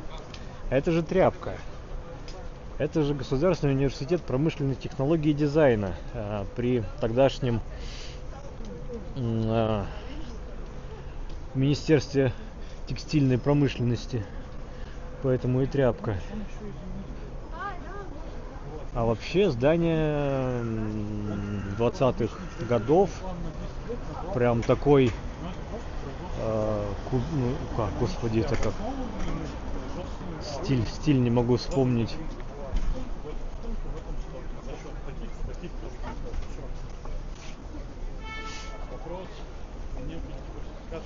Черное здание, вот темное в конце, это когда-то был банковское учреждение, сейчас это гостиница. Так, ну ладно, пропустим. Давай.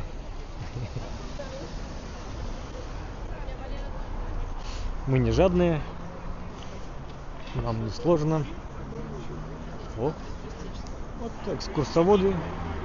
Но тут у меня вопросики как экскурсоводам, лицензируемый ли. Потому что вид деятельности экскурсии в Петербурге это лицензируемый вид деятельности. Соответственно, надо получать аккредитацию. Так, очень рекомендую главный штаб Эрмитажа. Не все гости знают, но это почти такой же, как огромный полноценный комплекс произведений искусства, картины импрессионистов, Дали, Ван Гог, Пикассо, Матисс, дворцы. Да-да-да. Вот все импрессионисты, они переехали с 3-го этажа главного здания Эрмитажа. Переехали сюда, в арку. Так что замечание справедливое, поддерживаю. Обязательно сходите. Да.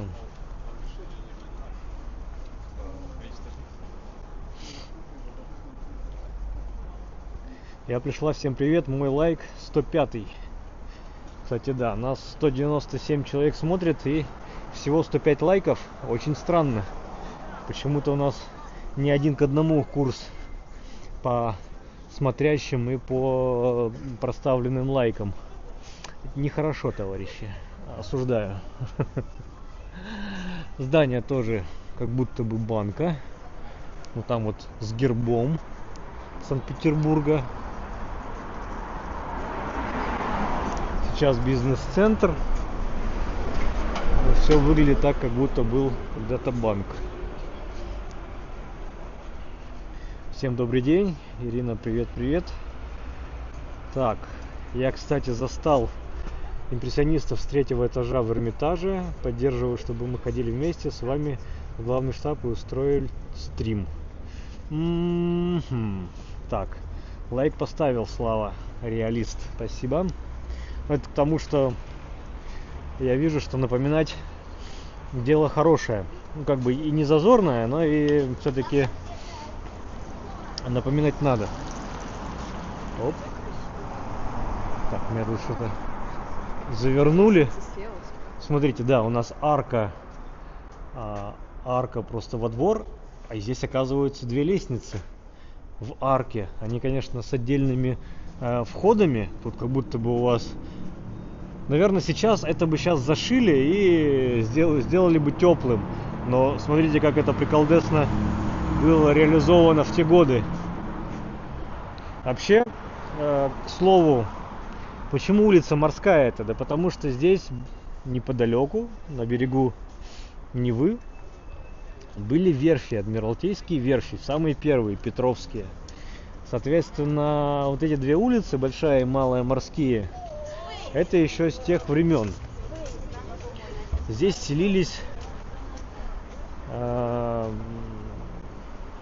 люди, так или иначе относящиеся к ведомству морскому. Все-таки здесь на верфях строились первые корабли Балтийского флота. Селились разные чины морского ведомства. Ну и мы вот на Гороховой улице, на том самом луче Трезубцы, одном из, шли по Невскому, теперь Гороховая, и идем сейчас к Вознесенскому проспекту.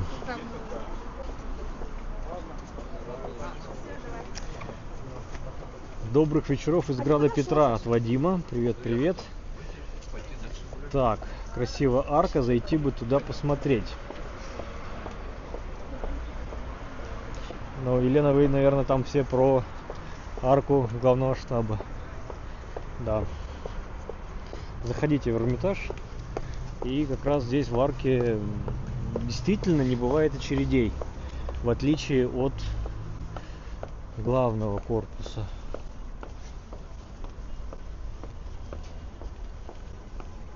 Хинкальку не хочешь?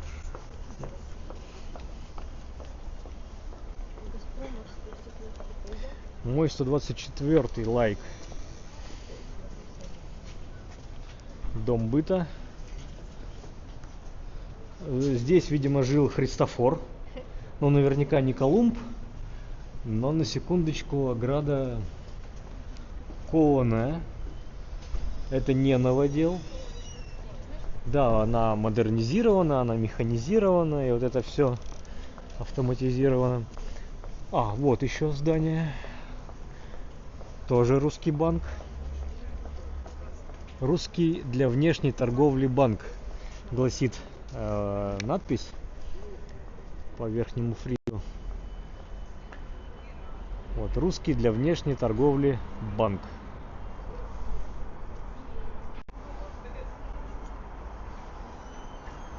Про арку с 2 лестницами. Ну вот, да. Оно, видите, как-то вот... Оно больше неожиданно, нежели, знаете, красиво и восхищаться, тут фотографировать. Но оно неожиданно. Ты не ожидаешь увидеть такой реализации или такой архитектурного решения, на удивление. Больше, знаете, такой для меня это вау-эффект некий.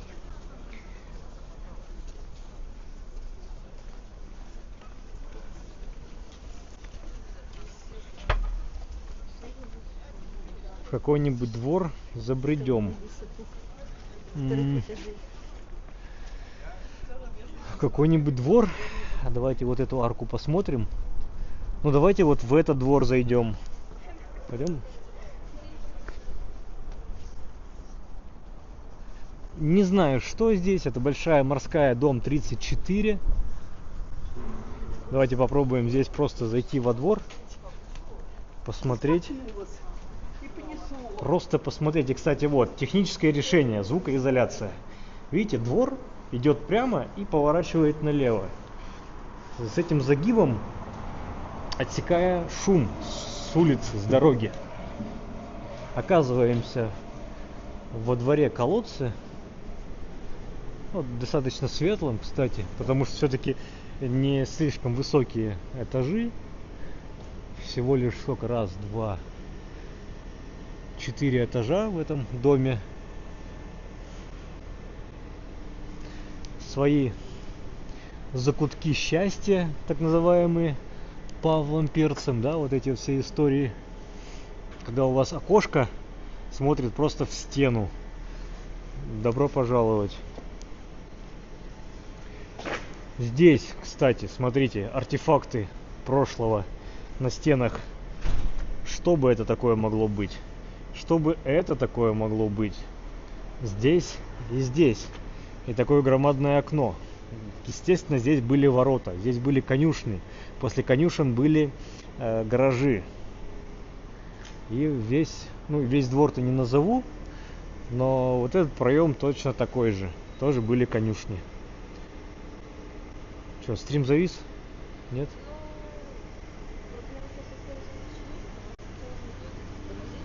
Так, а у кого-то здесь отдельная дверь. Дом, квартира номер 13, пожалуйста. На 2-м этаже. Больше никого.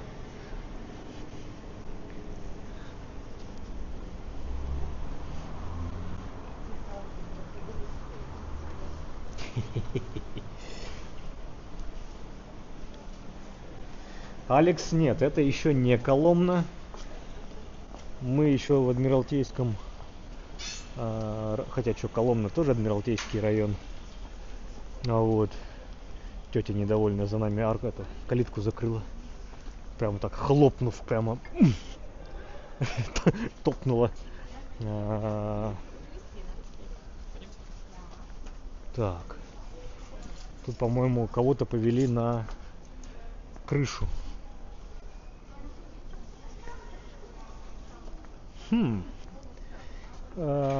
Прогулки по крышам, экскурсии на крыше, скажу вам сразу. Дело не совсем легальное, наказуемо. Потому что со стороны экскурсовода эта организация там вот этих всех прогулок, как это назвать-то по-русски, короче, небезопасная. Далеко не безопасная. Для них это уголовно наказуемо. Для вас, если вы пойдете, в принципе, если вы сами никаких замков не ломаете, не взламываете ничего, то для вас это вообще даже не административка. Но скажу вам, все-таки это дело очень на ваш страх и риск. Я бы не стал ходить. Коломна у нас вот в той стороне. Большая Коломна, малая Коломна, исторический район, опять же, туристами незнакомый, туристами обделенный вниманием. Так, еще одно лицо в чате, до Коломны пилить. Нет, Александр, Коломна вот тут, вот 10 минут и мы в Коломне. А можно будет посмотреть дом номер 47, где писатель Набоков родился. Вот тут. Что это? Дом номер 47. А мы? Мы вот. Ну давайте до 47-го дома дойдем. И мы как раз через Газпромовскую, да, эту стекляшку пройдем. Да, наверное. Давайте до 47-го дойдем дома. Мы сейчас как раз большая морская напротив 39. Это у нас гостиница Астория. Так, и что еще? Пишем так, доброго вечера. Дворик интересный, но со стримом опасно в арке дворы. Может повиснуть и, не дай бог, рухнуть. Надежда С. Салют вчера вечером был. Да, был салют. Шутка, добрый день, Надежда. Федим, приветствую. Николай, у меня каждый день салют. Ну, Сразу видно, Елена опытный зритель. Елена на опыте. Так, здесь что-то непонятное. Здесь что-то все перекрыто. Люди уже, не дожидаясь, идут на красный запрещающий сигнал светофора. Мы последуем бараньему чувству и пойдем со всеми. А что поделать? Не мы такие, жизнь такая.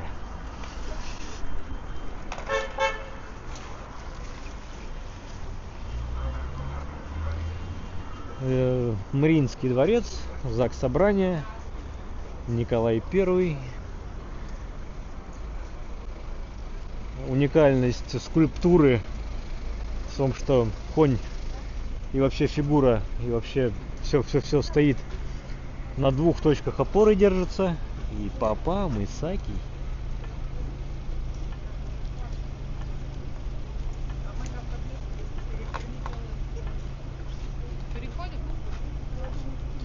Так, я с Благовещенского смотрел, народу меньше было.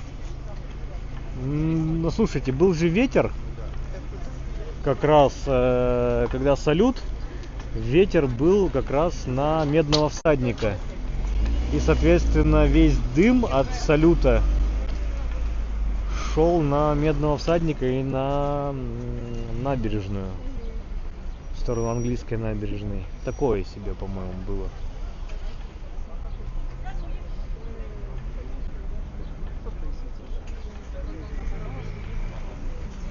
Стример не один идет, да, не один. Непонятно, что тут творится, что тут перекрывают. Кто?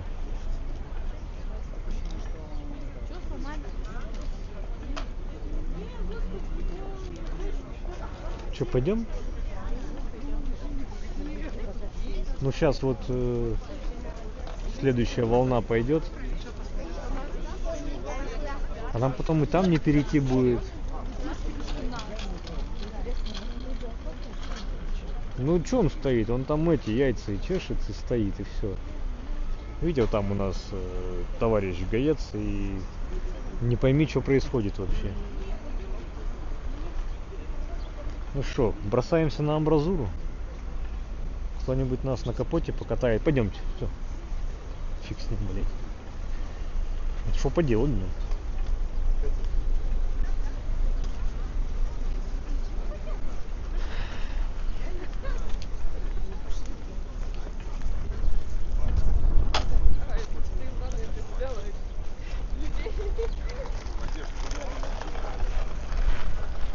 Так, мы сейчас идем до... Что, Большая Морская, 47? 47, Набоков.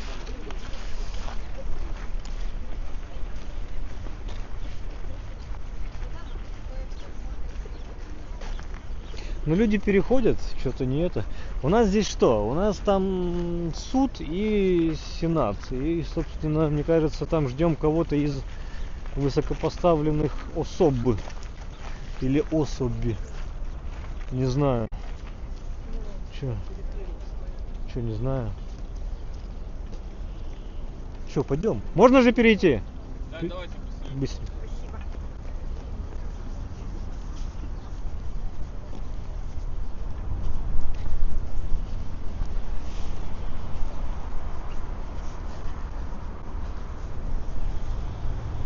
Непонятно. Что-то он переставил народ. Включает светофор.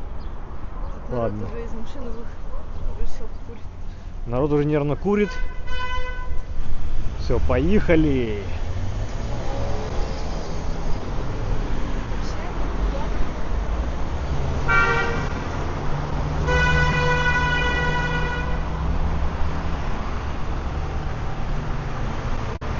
Ну, по большому счету,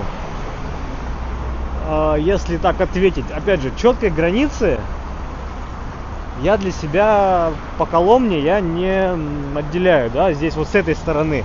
Понятно, что влево-вправо это водные артерии нас будут делить, там Фонтанка, Мойка у нас, да, или там канал Грибоедова. Опа, тут какой-то был фонтанчик когда-то.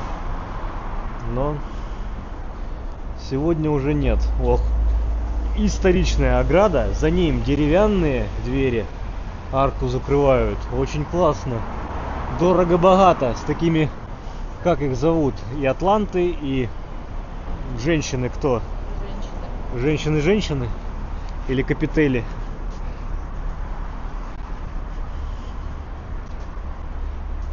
Дом Демидова, итальянское посольство.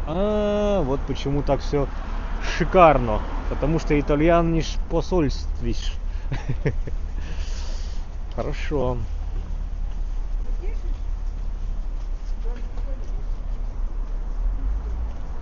Так, 48-й, 45-й, 47-й дом. Так, в первых числах июня сад у Заксобрания уже будет. Я не знаю, не помню. Елена, я не помню, честно. А здесь что такое? Зайдем. Здесь что такое, не знаю, зайдем. Это наш девиз. Здесь какая-то кафешка. Опачки. Внезапно, да, как говорится. Но было бы тепло, но здесь и так тепло. Здесь место так называется. Игра шахматы. Это все наши санатории этим грешили, таким развлечением. Аупик в ДНХ. Дача Голубятня Орловых. Москва. А что это? Кто это? Почему это? Что тут мы рекламируем такое?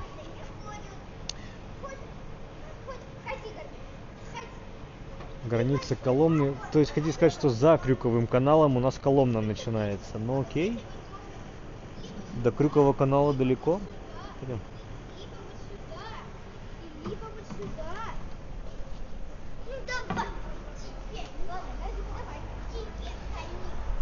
Ладно, за Крюковым, так за Крюковым. Мы там в конец декабристов. Туда. Тут доски можно самим художество художить. Ага, тут привет из Мурманска.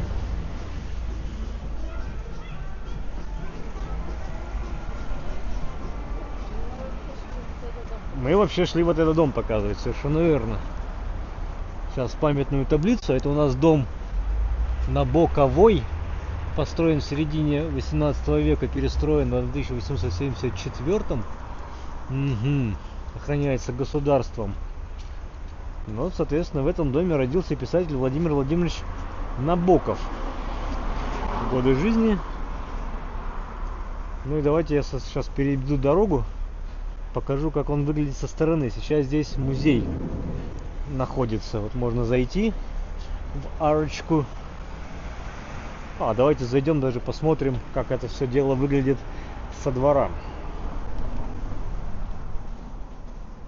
Вот вы про арки хотели, сказали, и я вот теперь в каждую арку вижу и захожу, рискуя стримом, можно сказать. Ох ты какой дворец. Дворец в смысле двор.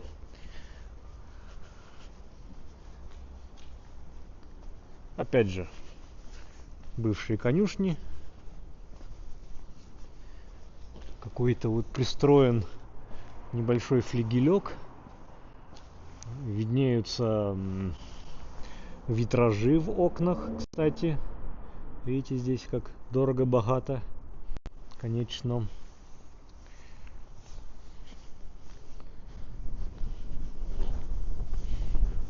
Ну, какая-то помпезная лестница должна была быть. Да, дворик по сравнению с этим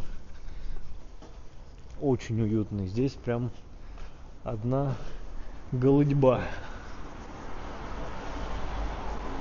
Так, сейчас покажу со стороны, как дом выглядит.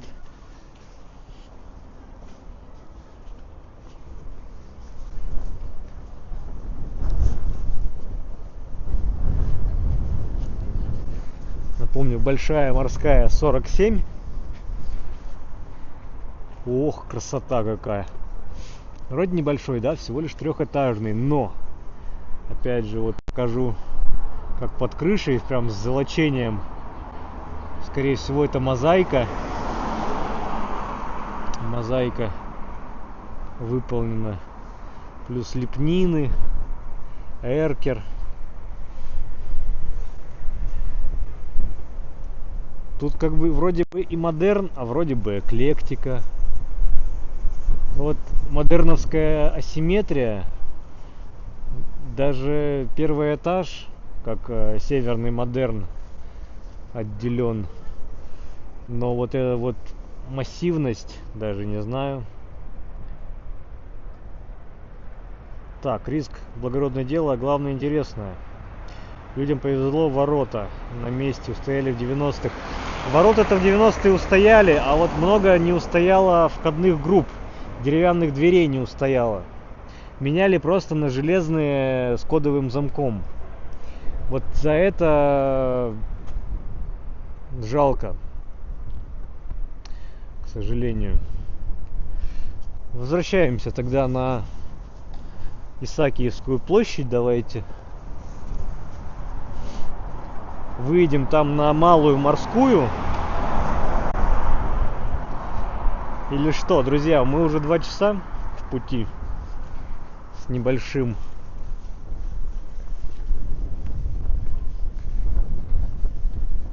Я что-то заблудилась, где зеркальный дворик?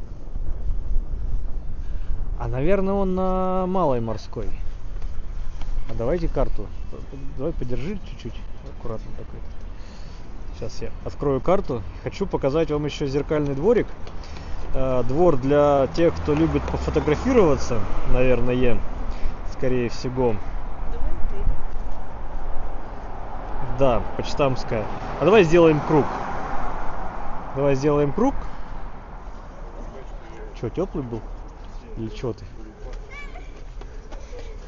Чего ты? Холодно. Где-то у нас там Почтамская улица. Кстати, вот впереди, вот в этих зеленых лесах, это ДК связи. Когда-то была немецкая кирха. То есть, если вот вы представите, что вот самая высокая точка, раньше был шпиль, как на любой кирхе. Конечно, в советские годы он переделан, так как здесь главный главпочтамп Петербурга, индекс 198.30, это индекс главпочтампа. В общем, ДК связи здесь находился. А может и до сих пор находится. Но очень в таком плачевном состоянии, что много-много лет уже в лесах. Не знаю, там кому принадлежит.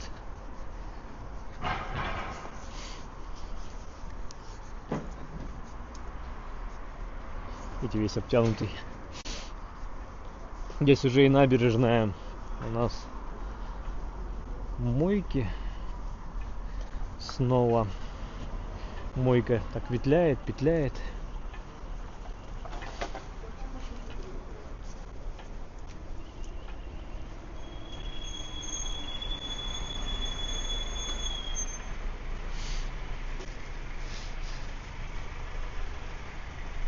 Сейчас здесь по Почтамскому переулку, видите, мы не Почтамская улица, а Почтамский переулок. Есть еще улица Почтамская. По Почтамскому переулку выйдем на Малую Морскую.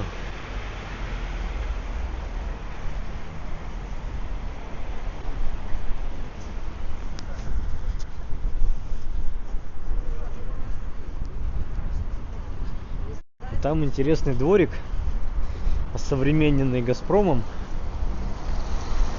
с рестораном на крыше, бляха-муха.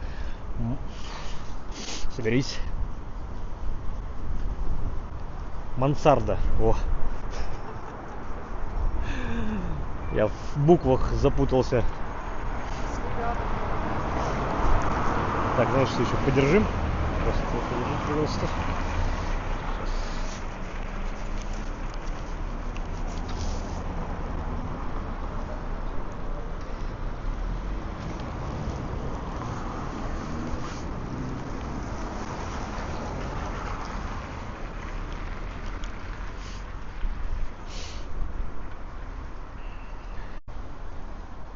Так, что мы пишем? Так, Надежда, большое спасибо. Пишите мне до востребования.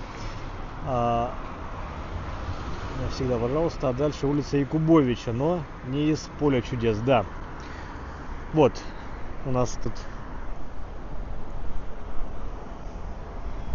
почтамп. Поник. Чпоник.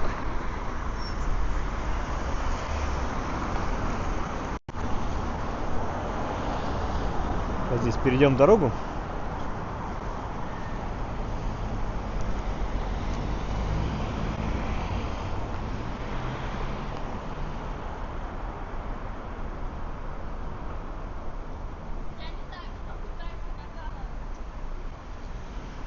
Зеленая.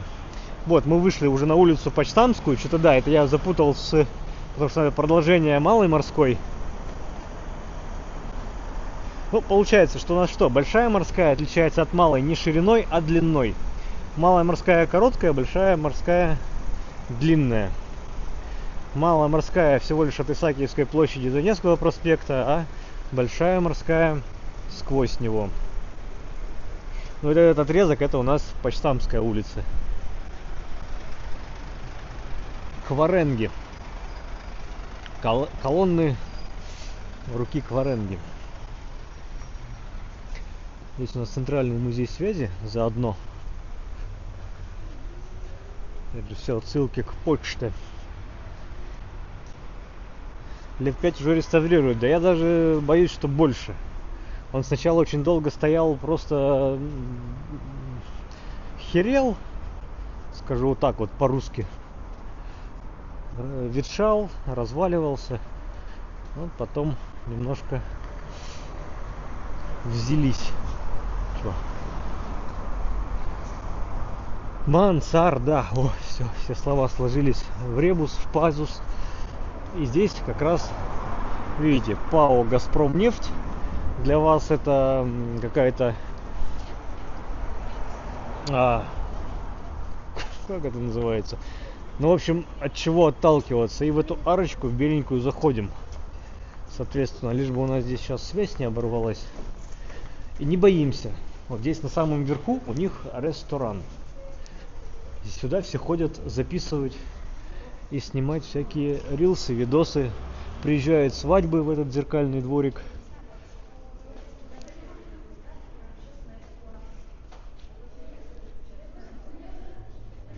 И вот там наверху у них ресторан. Даже с открытой террасой, возможно. Так, давайте я тут хоть помахаю вам рукой. Не знаю, кто там у нас за стеклом есть или нет, но это не важно. Зато я здесь. Всем привет. Так, спасибо, Таня. На согревающий кофе вашей жене. Спасибо. Тут уже и цветы, и кофе надо мне отработать.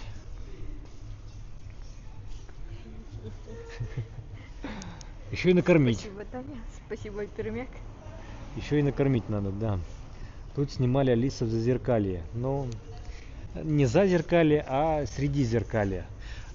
Просто заходите, видите, мансарда, видовой ресторан. Кстати, с видом неплохим на купол Исаакиевского собора.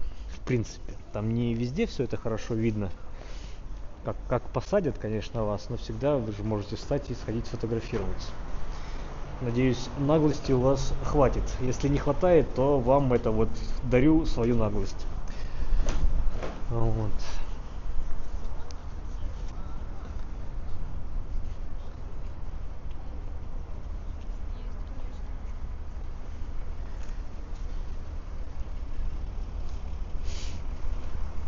Да, Газпром, конечно, умеет выбирать места для своих офисов. Ничего не скажешь. Были бы деньги, да? Все бы нашлось. А здесь что такое? Извините. Приемная прокуратуры. Я только что люди заходят, выходят, думаю, нам туда не надо. Нас туда не звали, и слава богу.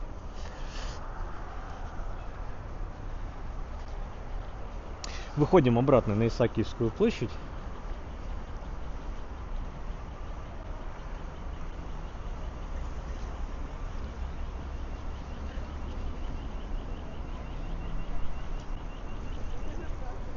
Внезапно на нас навалился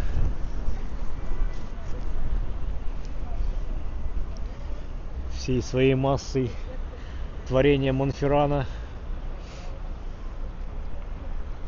Ну или как бы, если бы он был русским, Железногорского. Ну да, Монферран переводится на русский как Железногорский.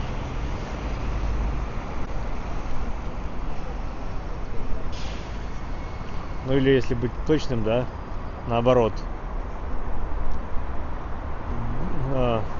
Горно-железистый.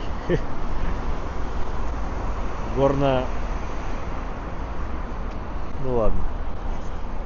Ну, потому что с французского Монферран, ну как бы, в общем, гора и железо. Всё. Зеленый? Нет. Не нам. Тут странный, кстати, переход. Вот эта часть, она же нерегулируемая. А может быть, следующая регулируемая. Я не понимаю, как здесь это работает. Но если оштрафуют, то всех вместе. Я не знаю.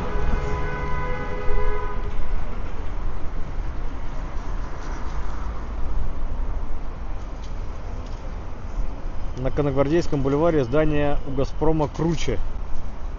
Ну, давайте уже это... не мериться не своим. На вкус и цвет все фломастеры разные. Соответственно, давайте сейчас поднимемся к этим колоннам.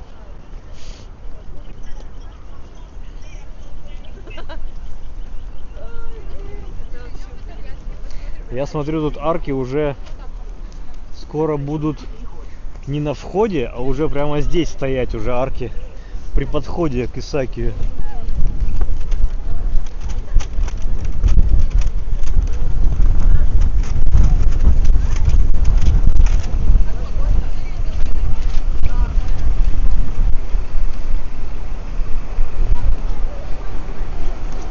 Привет из Харькова. Привет в Харьков.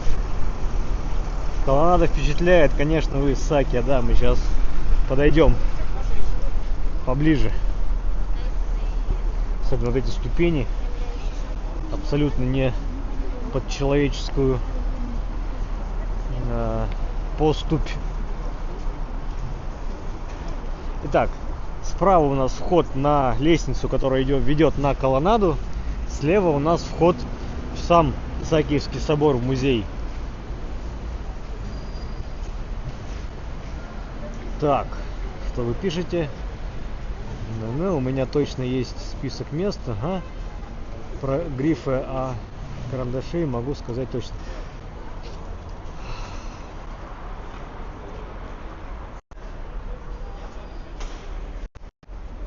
Друзья, вот я и в кадре, наконец-то.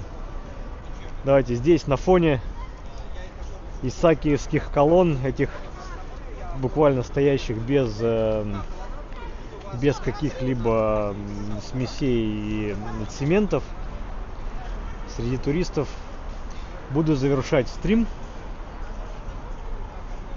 Видите, тут антиветер. Опять же, ворота какой высоты. Тут даже не то чтобы на лошади, здесь на слоне можно заехать. Но понятно, что слон по этим ступеням сюда не поднимется, если только какой-то пандус для него делать. Друзья, такой вот майский выходной день. Погуляли, побродили в центре. Всех с Днем Победы. 80-летия со Дня Победы. Рад, что вам нечего делать и в ваших городах тихо и спокойно. Все гуляем, все смотрим стримы и вот это все. Спасибо за прогулку, спасибо, что были со мной, спасибо, что подписались. Жена передает тоже привет и говорит пока. А ведь не хотела в кадр когда-то влезать. Представляете, что? Эволюция стримера. Скоро у меня будет камеру отбирать и сама гулять. А вот, не дай бог, еще канал свой заведет. Ладненько, друзья, всем пока-пока. Подписались, лайк поставили, топ, ракета, сердечко, у кого как.